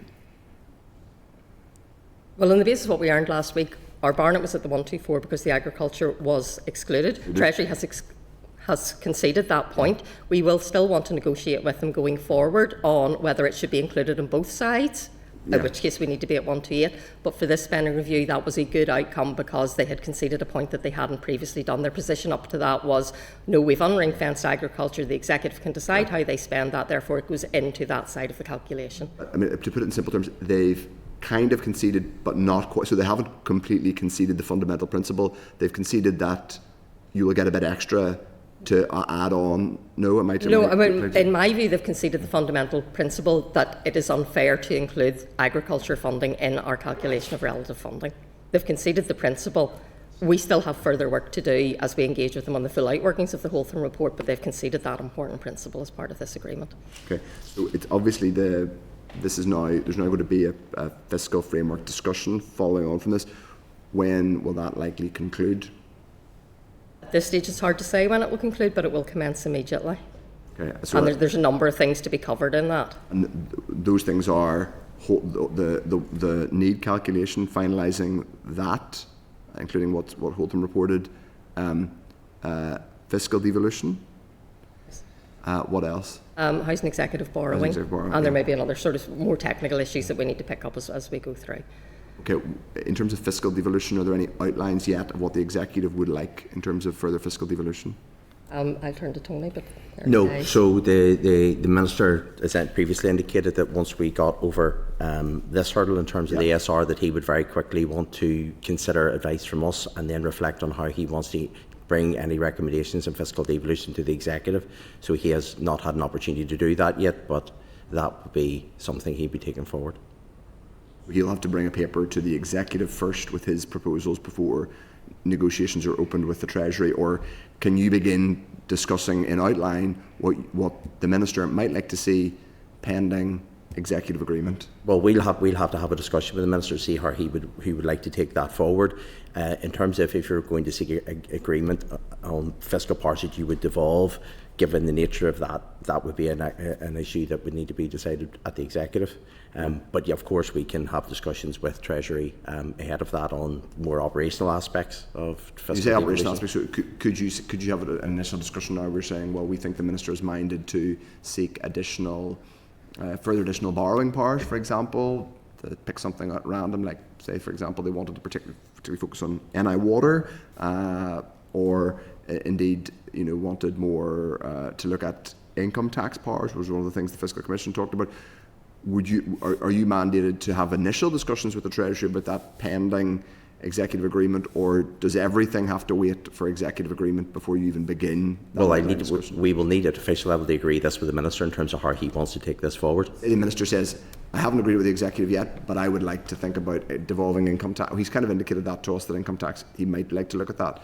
Can he, if he says to you now, go in to talk to the Treasury about devolving income tax, I'll have to get it signed off of the executive. Can you do that before the executive agrees it? Well, there's nothing to prevent us having technical discussions, and perhaps technical discussions with the Treasury might help inform the minister's own decisions about what recommendations he would want to bring to the Treasury in terms of the level of, if you're going to devolve a tax, the public expenditure implications of that will be determined on the level of tax, how block grant adjustment would work. Now, certainly we would not be seeking to agree any of that before any recommendation was accepted by the minister. I would be surprised, I suppose, if Treasury would engage with us materially and commit. There'd be significant resource on the Treasury side to kind of engage in some of these matters. So there is a sequence to walk through. Now, on the subject of Casement Park, £50 million is going to be made available via financial transactions capital. It wasn't immediately clear on the afternoon, on this time last week, that it was going to be FTC. When was that made? When were you? Was it always going to be FTC? The addition, or were you kind of aware of that? From the spending review outcome, yes, when we got from Treasury, they said it was FTC. And to be clear on that, so it's a FTC. Not in any of the documents, though. It doesn't say FTC in any of the Treasury documents. Well, we don't have control over the Treasury documents. No, I'm just asking. They advised us it was FTC. But when we saw the spending review outcome, as with all things, they keep the spending review outcome very close until they actually make the announcement. Now, it's over and above, just for clarity, it's over and above the FTC that we have in our spending review outcome that we've been notified of. It's not repayable to the Treasury. It's available over the 4-year period for the spending review, so that provides us with flexibility in the profiles. FTC, as you know, can be used as a loan to your equity investment in a private sector entity. So the exact detail of how it will be used for Casement Park are still to be determined. If it's not going to be a loan, it has to be an equity stake. It's one or the other with FTC, but the actual details of that, as you'll appreciate with any investment of this nature, there's a lot of detail to be worked through with all the relevant partners in that to decide what's the best way to take that forward. Presumably there will have to be if you're taking an equity stake, you have to take an equity stake in an entity. So first of all, the question is it the Department of Finance or some other? These are all the details that need to be worked through. So we're in early stages. We know we've got the financial transaction capital. We know we've got 50 million, and now we need to work through what is the best way to use that 50 million. The Finance Minister has written to the Community Ministers today to say that he and his department stand ready to play a full and positive role in the next steps to get Casement built. So I'll come on to that in a second. But if it's an equity stake, it would theoretically need to be something like Casement Park Co, in which there could be different shareholders. We need to work through the detail. There's no point at this stage talking theoretically. We need to work through the detail of how that's not there. But I'm not saying something completely unreasonable there. If it's an equity stake, there has to be an entity in which the executive or whomever holds the stake. Yeah, and as I've said, it's FTC, it's a loan or it's equity investment in, and we need to work through the details of that with all of the stakeholders. Okay. It's too early to be saying exactly how that will work. Okay, although the Minister did it. Okay, fair enough. Yep. But so the next question then is, what happens next in terms of finding the rest of the money, which could be about 90 million. Obviously, I'm very keen that it's found. Have there been discussions as yet with between the Minister and the Communities Minister about actioning that? Well, as I've said, the Finance Minister has written to the Communities Minister in the context of the FTC and has suggested that they meet, and there will be discussions ongoing in that, and obviously the funding is a matter for the Executive as a whole. Okay. And have there been any discussions with, for example, the Irish Government or any other party who, obviously the Irish Government have already... I wouldn't be involved in any of those discussions, so I couldn't comment on anything else that has been going on. Okay. And that money is contingent, obviously, on other money being found effectively by the Executive, or the Executive, because the Executive is still the main strategic delivery body for... Well, the funding is contingent on building Casement Park, so yes, the overall funding will have to be fine. Yes, but I think it specifically says that in the document that it is contingent on. So there has to be the shortfall has to be found in order to get the okay. I think that's useful. Just on the 5% transitional fund. So on the 5%. Transitional fund, that will apply when we get to that will apply when we get to 124, which we are at this year and next year and for the rest of the forecast period. Is that right? Well, Tony might want to say more about the detail of that. It's when we go above 124.05, there's a small buffer built in there. My understanding is, based on the current figures, we'll still be at 124% for 26-27, the Barnett we get during that, and then it will depend on what else I suppose has happened between now and 27-28, whether it's at 124 or 1.05. But yes, there is a chance that if we are funded at 124%, then any subsequent Barnett is at 1.05. Okay. Okay, that's helpful. I'm going to bring in other members now, and we may have a chance to go around again. But Deputy Chair first. Sure, and thank you all for being here. Just want to say, well done on achieving some progress. So coming through the comprehensive spending review, as you say, you know, I would agree with you that whenever you see a point actually progressed upon, it's really, really good to see, and it's good to know that points are being heard, as you know, you're working hard together, and especially the Treasury officials as well. Whenever the announcement came through, they made reference to obviously the agreement that they'll be writing off you know, our debt and things like that, that language, and of course the majority of us don't believe that was debt. We believe that was historic underfunding, but you know, that's the language that was used. But in terms of that and the progression of the things with regard to the financial package, have we effectively satisfied all of the terms within that? So we came through, we've got the balanced budget there, the money has been raised. Did we exceed the 113 million at the end of it all as well? We will know that at the end of 25-26, but we're on target, I think, to slightly exceed it. And yes, I mean, we agree, we don't think that was debt, but nonetheless, when Treasury have a condition which they are, I suppose, holding over you, it's good to see them agree that has gone. Just for clarity, they have said subject to final outturn, but as you know, we've got provisional outturn in from departments, which we will be providing soon. Final outturn is just simply the auditing of accounts. We don't see that there'll be a huge difference in that, so as far as we're concerned, that's done. I think that is all of the conditions relating to the 559 that are met within the financial package. I think there's still the publishing of the infrastructure plan. No, that's great. And again, whenever the package came through, everyone sort of, you know, looked at it with bated breath. That's a lot of money to find. It's a big challenge that we're facing to get a balanced budget and a lot of money to raise. So I just think that it doesn't do any harm just to pause and recognise that, you know, we have achieved a lot of things here in terms of moving forward with the finances. In terms of the announcements, as they came through with the Casement Park piece, I think that it is really, really important that we try to make it as clear as possible to the public, you know, what these things actually mean, because whenever the announcement was made last week, you know, I had a lot of people in touch with me saying, you know, what about our health service? What about, you know, our schools? The estates are crumbling. Yet, you know, there's an award here for Casement Park. So I think that it is really important that, you know, the clarity around the fact that it's FTC, it's, you know, it's this equity investment and determination on a project being progressed is really, really important, that clarity. Not that it's the most simple thing in the world to explain to anyone, but I wanted to just speak on, you know, some of the big headline figures. Like there was a lot of talk around the health piece and the big allocation to housing. Have you any indication as to how much and what way that's going to come through to us? Well, we have the Barnett consequences have come through. We get them at a Whitehall departmental level for that. So yes, there was an allocation for health, but obviously what we have to do is look at our overall, because as you know, Barnett's unhypothecated and we have pressures on our baselines would be different from the other departments. So as I said, the position remains quite challenging. The Barnett uplift is against our baseline position. One of the things that has happened in our baseline position is that the 520 million of stabilisation funding in the financial package is removed from that baseline. So for 26-27, while we're funded it, and our fear was that when that stabilisation funding ended, we would fall below 124%. We have avoided that by the agreement on the agriculture funding, because there was also a risk that that would push us above 124%, but not actually mean any more money for us. But in reality, the 26-27, because of the removal of that and the fact that most of the additional Barnett we're getting is skewed towards the end of the spending review period, means that 26-27 in particular is going to be very challenging. We don't have a great uplift then. As we get towards the end of the spending review period, that's when we got more Barnett and the position gets better. But of course, by the time you get there, the costs have also gone up. So still challenges to be faced.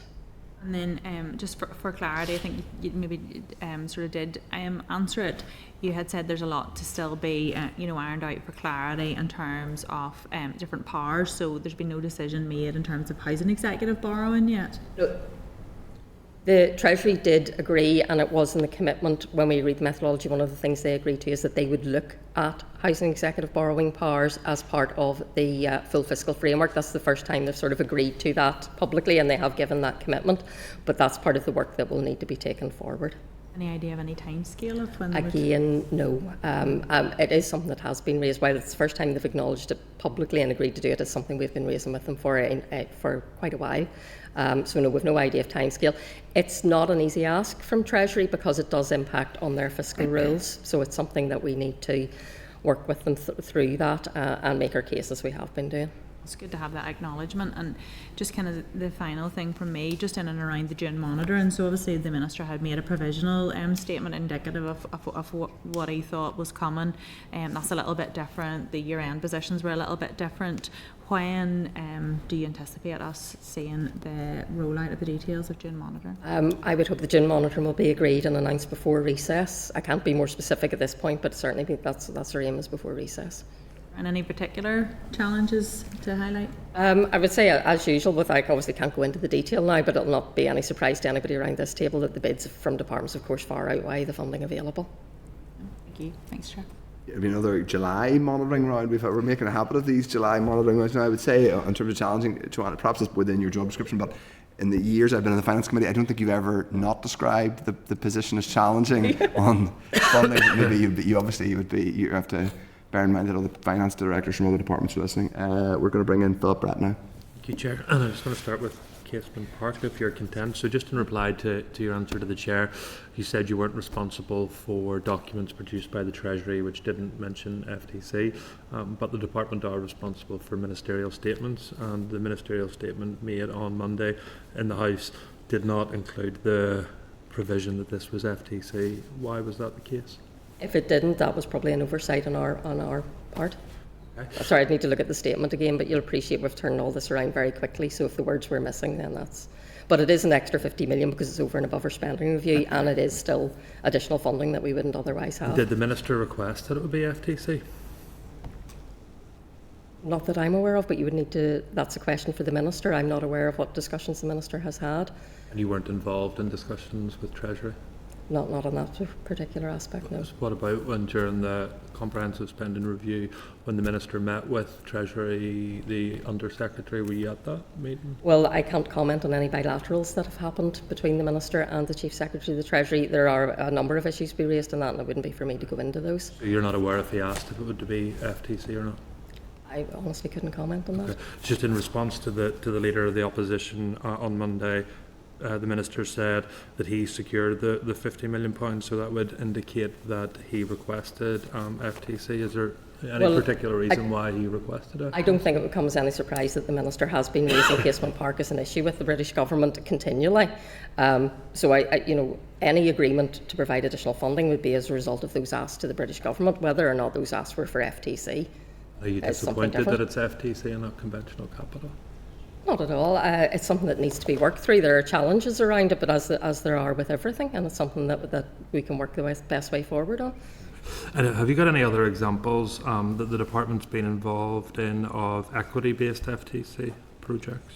No, we don't, and that's something we're working through. But the information that we're getting from colleagues in the UKG side is that it's something that they are using or planning to use more, and I think that's probably panned out in the way you see our FTC rising towards the end of the spending review period. So what we will be doing will be engaging with Treasury colleagues and hopefully put us in touch with Whitehall departments who are doing something similar, and we can learn from their experiences. Have they given you any examples of projects that they've delivered? We're in early days of the discussion, so we haven't got an example yet, but they have... Treasury colleagues, NIO colleagues are happy to work with us on this, on working out the details. And do you foresee then, as an equity stake, that the Northern Ireland Executive then will be part owners of Casement Park? As I said to the Chair, we haven't worked through the details of how this will work out at all. The only conditions that are put on this is that it is financial transactions capital, and that can only be used for loans or equity, so we need to work through the details. So it's too early to say how that will work out in practice. So we're over a week beyond the spending review, and the Minister has said that the building of Casement Park is now in sight, and the allocation of this FTC brings new momentum. If we're a week in and we still don't have any details, what's the new momentum? Well, the new momentum is that the Treasury and the UK Government have honoured their commitment to provide funding for Casement. That is, we didn't have that prior to the spending review. We now have that additional funding, so that provides us with the momentum to move forward and how that can be used. And what was that commitment that the UK Government had previously made that they were honouring? My memory's going to fail me here, but they had previously said that they would provide funding, and I think it was prior to the Euros they had committed to providing funding for Casement. And during those discussions... Chris Heaton-Harris, I think, is the person you're talking about. Mr. Heaton-Harris is the person you're thinking of. Who, sorry? Chris Heaton-Harris. Of course, how could we forget? Just in terms of the discussions then, I'm just wondering, during the comprehensive spending review and the allocation towards casement, did the Finance Minister raise additional funding for any other sports? You're testing my memory now. There were a lot of issues raised with the Treasury during the spending review, and we also know that sub-regional also always comes up when we go to sports, and there were a number of issues raised, including the Housing Executive borrowing, for example. So a long list of issues were raised with the Treasury. You can't recall him specifically raising the issue of parity of funding for other sporting bodies? Well, I think the commitment was there previously from the UK government for casement, so it was reasonable to ask for that to be honoured. Beyond that, as I say, the range of issues, I can't remember what else was discussed. Okay, no problem. I just want to then raise a couple of other issues, Chair, if that's okay. So just in relation to the interim fiscal framework and the final fiscal framework, are you a bit disappointed we haven't got a final fiscal framework at this stage? Tony might want to comment on that, but from my perspective, no, because it took Wales years to get one, and we have actually, I think, fast-tracked it through the restoration package and the interim fiscal. We have fast-tracked that, and we've got commitments to look at both of them. But do you want to comment, Tony? Yeah, no, the fact that a final fiscal framework will have to cover tax devolution, so as I maybe mentioned briefly to the Chair, there's a number of steps we need to agree internally with the Executive, what powers we might seek. We need to agree with the British Government that they would be willing to grant those powers, and then there's a lot of operational aspects about how powers would be transferred, how taxes would be collected. So there's a whole host of issues that need to be worked through. So there was never any expectation that we could have got to a place of a final fiscal framework at this point without going through that journey. And the Executive does not have an agreed position in terms of what that final fiscal framework will look like, is that correct? Yeah. Okay, so what is agreed by the Executive? So NIHE borrowing powers, that's one. That's an Executive agreed position, correct? Seek those powers, unless you want going to correct me, yes, but in terms of what goes into the fiscal framework, no, there's nothing agreed beyond what we have in the fiscal framework as at the moment and what we're working on going forward. So the only agreed position of the Executive in relation to the fiscal framework outstanding issues is the Northern Ireland Housing Executive. And also, obviously, the progression of Holtham, but there would be a number of issues, and it would be normal for us to progress, I would say, conversations with the Treasury on a range of issues, and then come back to the Executive with updates at relevant points. And Joanne, you had mentioned, apart from those, there were technical issues, I think you defined them as. What are those technical issues? Well, I suppose we once we're looking at Holtham, then we will look at how that works in practice when we get there. So there's a cover-all for a range of things that will need to be discussed. Once you get into discussions with Treasury, there's always a wide range of things that you need to cover. And then, Tony, you had said that you were going to have preliminary discussions on tax devolution with the Treasury. Well, no, and just maybe to try and be a bit clearer. So that was in response to the Chair's question. Yes. So the first thing we need to do as officials is to put advice to the Minister and then seek his agreement as how he would want to proceed with that. What I was saying in response to the Chair was, the Chair asked, could we speak to Treasury about tax devolution? Of course, we can speak to Treasury in a broad range of matters. We could speak to them. The question is the extent to which, what questions would we usefully ask them at this point prior to the Minister taking a position and the Executive taking a position? Yeah, I was just wanted to check, so just under what authority would you and the department have preliminary discussions on tax? No, so that it was a question, is it possible? Now, so if we were to put advice, if we were looking to work through and look at a particular tax, for example, and put in advice, well, one of the first questions we'd be asking is, have we got the most up-to-date data on what that tax raises, what are the likely public expenditure implications? So we might need to seek some technical information from Treasury to inform advice we would put to the Minister and the Executive, but no, we're not embarking in any discussions with the Treasury and tax devolution yet. It's the Minister's the first port of call for us. And then just on page 319 of your, of our packs, that just talks about a new Department for Finance Capital Oversight Group. Could you talk to me more about that? I think that may be the department itself as opposed to our sort of more central function, so I think that would be more for the Finance Director to answer on. Okay, final question from me. So 8 days after the spending review, why did the Minister for Finance only issue a letter to the Department for Communities today? If we're a new momentum, if we're inside of building Casement Park, why is it taking the Minister 8 days to write to his counterpart? I'll hold my hands up for that. We've been very busy, and took us that long to get the letter to him. That's all right. It's just there's a very small team and an awful lot going on. You know, we're working in gym monitoring, we're working in the spend review, we're getting commissioning letters out, and so our fault and not the Does the minister's Minister fault. need you to write a letter to his colleague? Can you It's not do normal that? for officials to provide the advice on a draft letter. Sure. The Minister, they may then change it himself, but that would be normal. He couldn't have produced a letter himself in 8 days? He needs you to do The it? Minister is also very busy with everything else, and it would be normal for us to provide advice on the letter. Thank you, Chair. Gemma Dole. Thank you, Chair, and thank you very much for coming in. And I'll echo the words of the Deputy Chair and congratulating you on getting agriculture secured and casement. I'm going to go to the June monitoring round first. Has this provided any additional funding now to be allocated in June monitoring? It provided a very small amount. I'm going to struggle now to find it. I think about 4.6 million for the gym monitoring. So it would be normal for spend reviews to focus on the future years, but there was that very small amount for gym monitoring. There'll be a little bit more coming out of Westminster main estimates, but it's not going to go anywhere near the bids we've got from departments, unfortunately. I can only imagine. And then in terms of the SR, what are the next steps now about in terms of multi-year budgets? So next steps for us, departments are already working on their 5-year financial plans. That has been commissioned with them, they're working on that. We will be going out to commission information from departments now, and then that will be used to bring recommendations to the executive on a multi-year budget, matching the time period for the spend review in the autumn, with a view to publishing a draft budget in time to do 12 weeks consultation and then follow up with a final budget before the start of the financial year. So a lot of work ahead of us. Departments will not be popular, they'll be working on their returns over the summer, and then we'll pick up on that in the autumn, and we'll tie that in hopefully with their 5-year plans.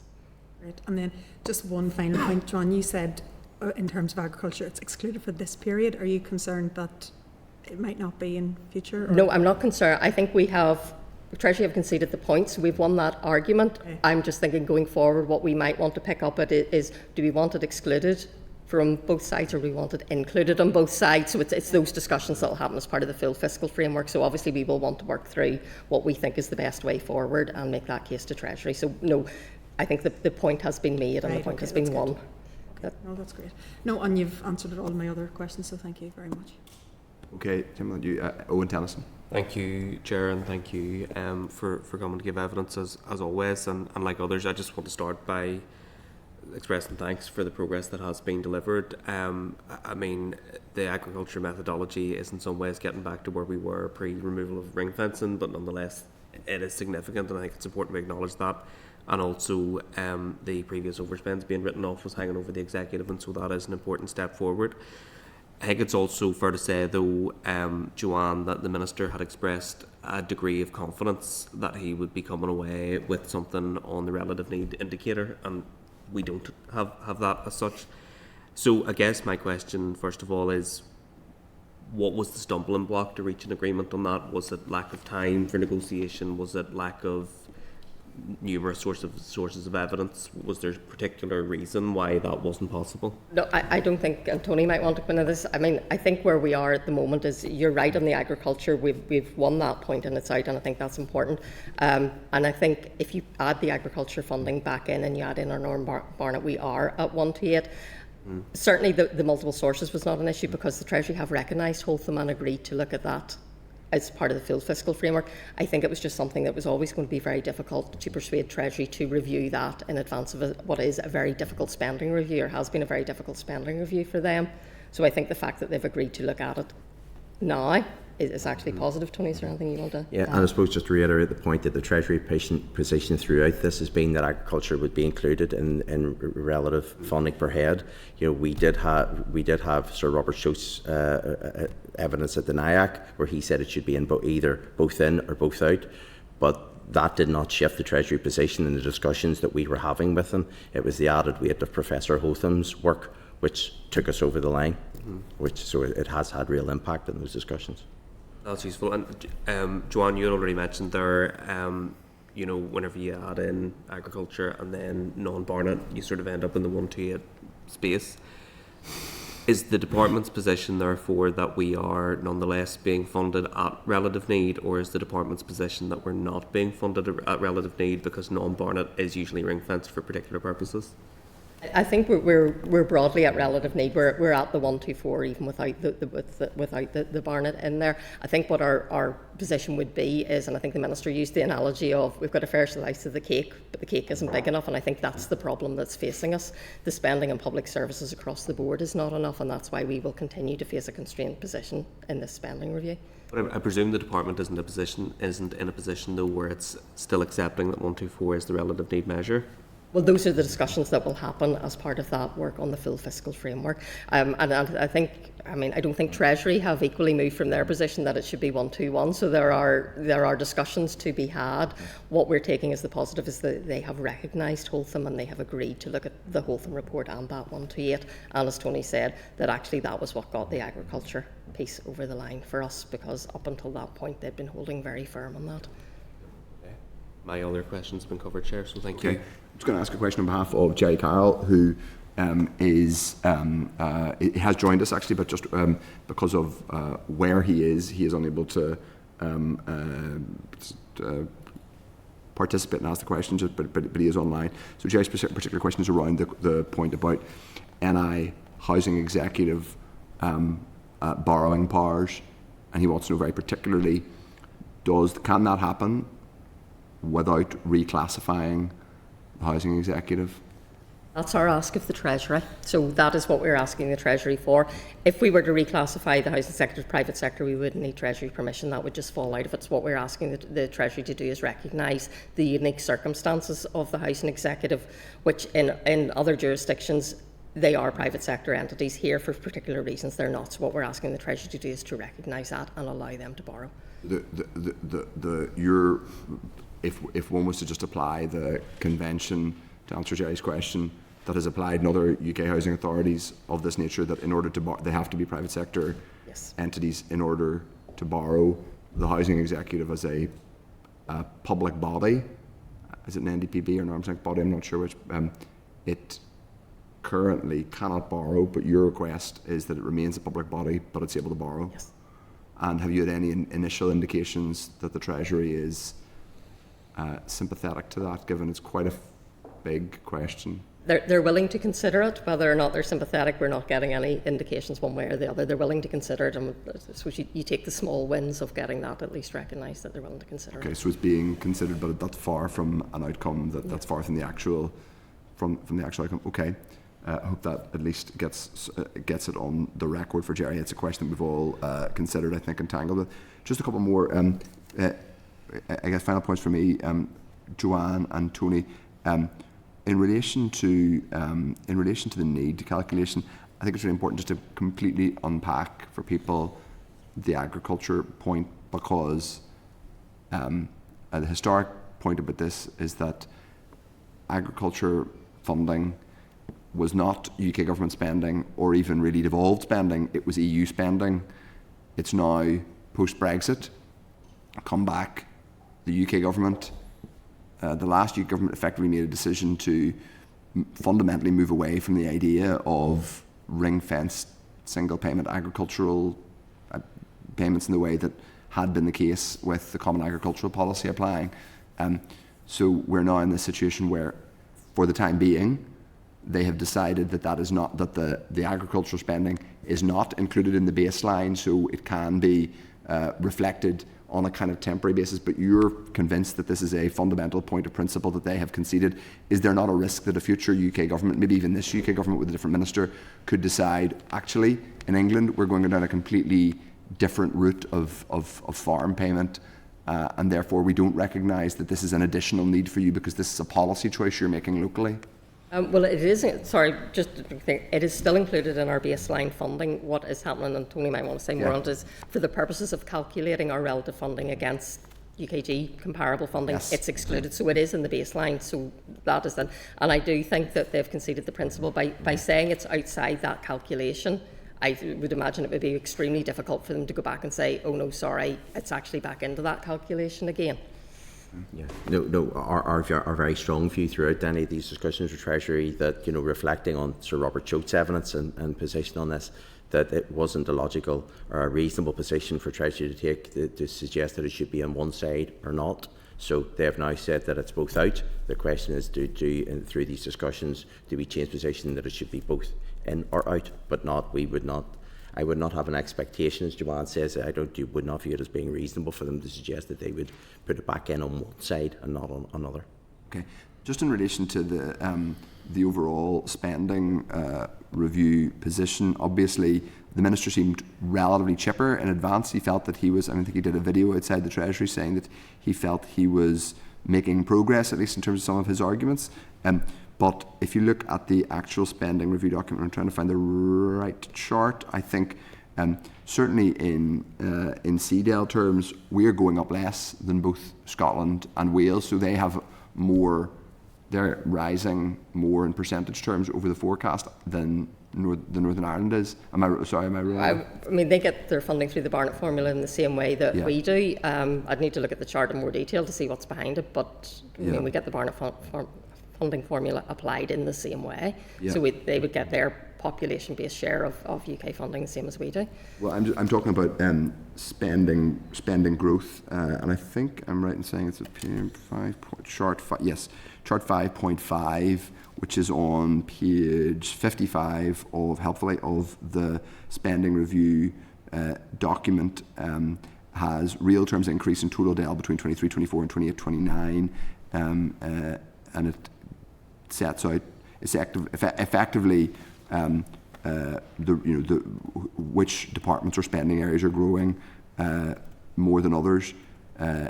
Health is the biggest, is growing pretty sharply, as is defence, as is local government. We know those were the headlines, as is net zero. All those things are the Welsh Government 0.6, which is slightly ahead of the Northern Ireland Executive at 0.5, and the Scottish Government, if I can find, is actually growing at 1.1. So it does seem like we're growing a bit slower in real term spending growth than the other devolves. That's something we'd have to take away and look at, Tony, unless you I was just going to, it's perhaps a consequence of how the maths of this work out. So if our relative funding per head is higher than the other DAs, the way Barnett works is we get a population-based share of a quantum of additional spend in England. So if our baseline spend is slightly higher, when you add that in mathematically, that might result in a smaller percentage increase. But in terms of kind of going back to what Joanne said earlier, the Barnett formula is applied uniformly across the UK. So, I think it would be helpful to understand the department's analysis of 5.5, chart 5.5 in the document, and whether we are growing more slowly in spend. It's not, these aren't huge percentage gaps. It's not relative to some of the other departments are growing. UK or English departments are growing much faster, but it does appear that we're sort of the lowest of the three devolved administrations in terms of percentage rise over the spending review period. So it would be helpful to understand what the analysis is. You can certainly do that, but I suppose it is worth just making the point, because you talked about the Finance Minister coming out of Treasury. We don't negotiate a spending review outcome. It's an outworkings of a formula. What we negotiate was how that formula applies, and that was the exclusion of the agriculture fund. Yeah, although was that a negotiation? Because that didn't, at times it wasn't clear that was a negotiation. It was, was that a negotiation in the run-up, the methodology that they published? Yes, absolutely. Yeah. I mean, Finance Minister met with the CST and the Secretary of State on that, so it was absolutely a negotiation. Okay. And again, getting the housing executive borrowing, etc., included, that was absolutely a negotiation. Okay, just on the revenue raising and the 113 million. Now, I have been on the record as saying I'm more than content to say, obviously, more than half of that was through rates increases, but a lot of that was, say the nicest possible way, a lot of that was not exactly the most ambitious revenue raising. It was upgrading ordnance survey maps and cups of tea in the hospitals, and that's not to say that doesn't involve, but there weren't things that involved big ministerial decisions on revenue raising. Is there any revenue raising obligation going forward, or is that done now? That's done. We've met that requirement. Yeah. That's not to say it's not something the executive will consider as part of its ongoing work, but that requirement, which was, after all, quite an arbitrary figure within a very short period of time, and to go further would have done untold harm. So it's good that we met that requirement, and that is now off the table. Some of them were things. Did anyone at the Treasury ever say, "Hang on, you're raising up £6 or £7 million of this target from not implementing a piece of legislation to give free hospital parking," or did they never sort of query that at all? No, the Treasury were happy with the approach we were taking. I think they recognised the nature of the target, the timescale that was involved, and the difficulties in implementing that, so they were happy. Was it the case then that that was an arbitrary target created by the Treasury to meet their own sort of arbitrary structure they had created, which was then fulfilled by the department with arbitrary increases on things like ordnance service, AFB charges, delaying hospital, and then so it's a kind of strange shell game where they came up with an arbitrary target and the executive fulfilled it by counting up lots of things that were going to happen anyway, like uprating things with inflation. There's 2 points. One, it was part of the political package that for the restoration of the executive, rather than Treasury coming up with a target. It was a target in there, it was negotiated, it was to be over 1 year, which would have led us to put the rates up extortionate amounts. So Yes. we managed to negotiate that to get it over the period. Would those things have happened anyway? Well, you know, decisions are made on whether you increase charges or not. You don't have to increase charges. The charges were increased. Yeah. The same with the legislation you talk about. That may or may not have happened. Albeit the Budget Sustainability Plan does indicate, there's a column where it indicates that several of these did not require ministerial decisions. They were things that were going to happen anyway. I don't have the table in front of me, but it's fairly clear that lots of it was going. So the idea that there was revenue raising and a kind of got to sit down and really find this money when it was uprating of things that would probably but the have happened. condition was just to raise additional income, which happened. Well, if it called for a degree of cuteness and you were cute, not you personally, Joanne, but the executive, perhaps You I'm did not. eagle-eyed official back in the Treasury, Mr. Chairman. Well, I don't know about that. That's a long time since my eyes were eagle. In any case, I don't have anything further at this point. There's lots of questions I feel I should be asking, but as always with these things, we've not quite run out of time, but we've, I think, exhausted ourselves. Thank you very much. I appreciate you've had a lot of hard work in the run-up to the comprehensive spending review. We'll have other questions for you going forward. If we don't see you before the summer, have a good break, but not too much of a break, because obviously you need to enforce the rules with other departments. Thank you. Thank you. Thanks, everyone. Could we request a copy of the letter sent from the Minister of Finance to the Minister of Communities? I think that makes sense. Yeah, we should happy to do that. So members, if we're agreed, we will request that, and also we're getting an account from the department on chart 5.5 in the spending review document, which is at page 55, which is the one that indicates that we are growing more slowly in Ardell spending than the other devolved departments. Okay, right. Okay, members, we are now going to go to any other business. I think we've pretty much concluded everything else. Yeah. So, members, agenda item 14 is any other business. Does anyone have any other business they wish to raise? No. Okay. Then agenda item 15 is date, time and place of next meeting. The next committee meeting is Wednesday 25th of June here in the Senate chamber at 2 p.m. So I put the question, the committee is now adjourned. The committee is now adjourned. Thank you. Senate chamber. Sound.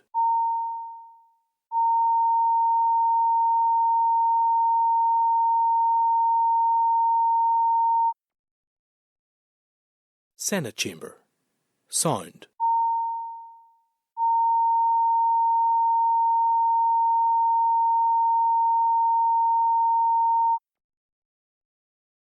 Senate chamber. Sound.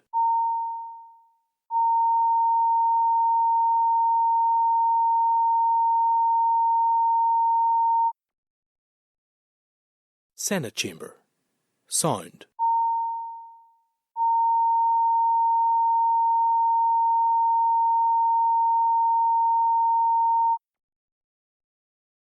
Senate chamber. Sound.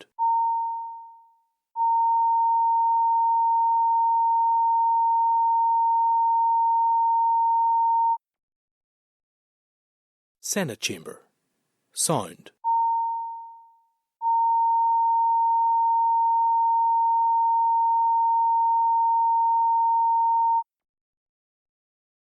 Senate chamber. Sound.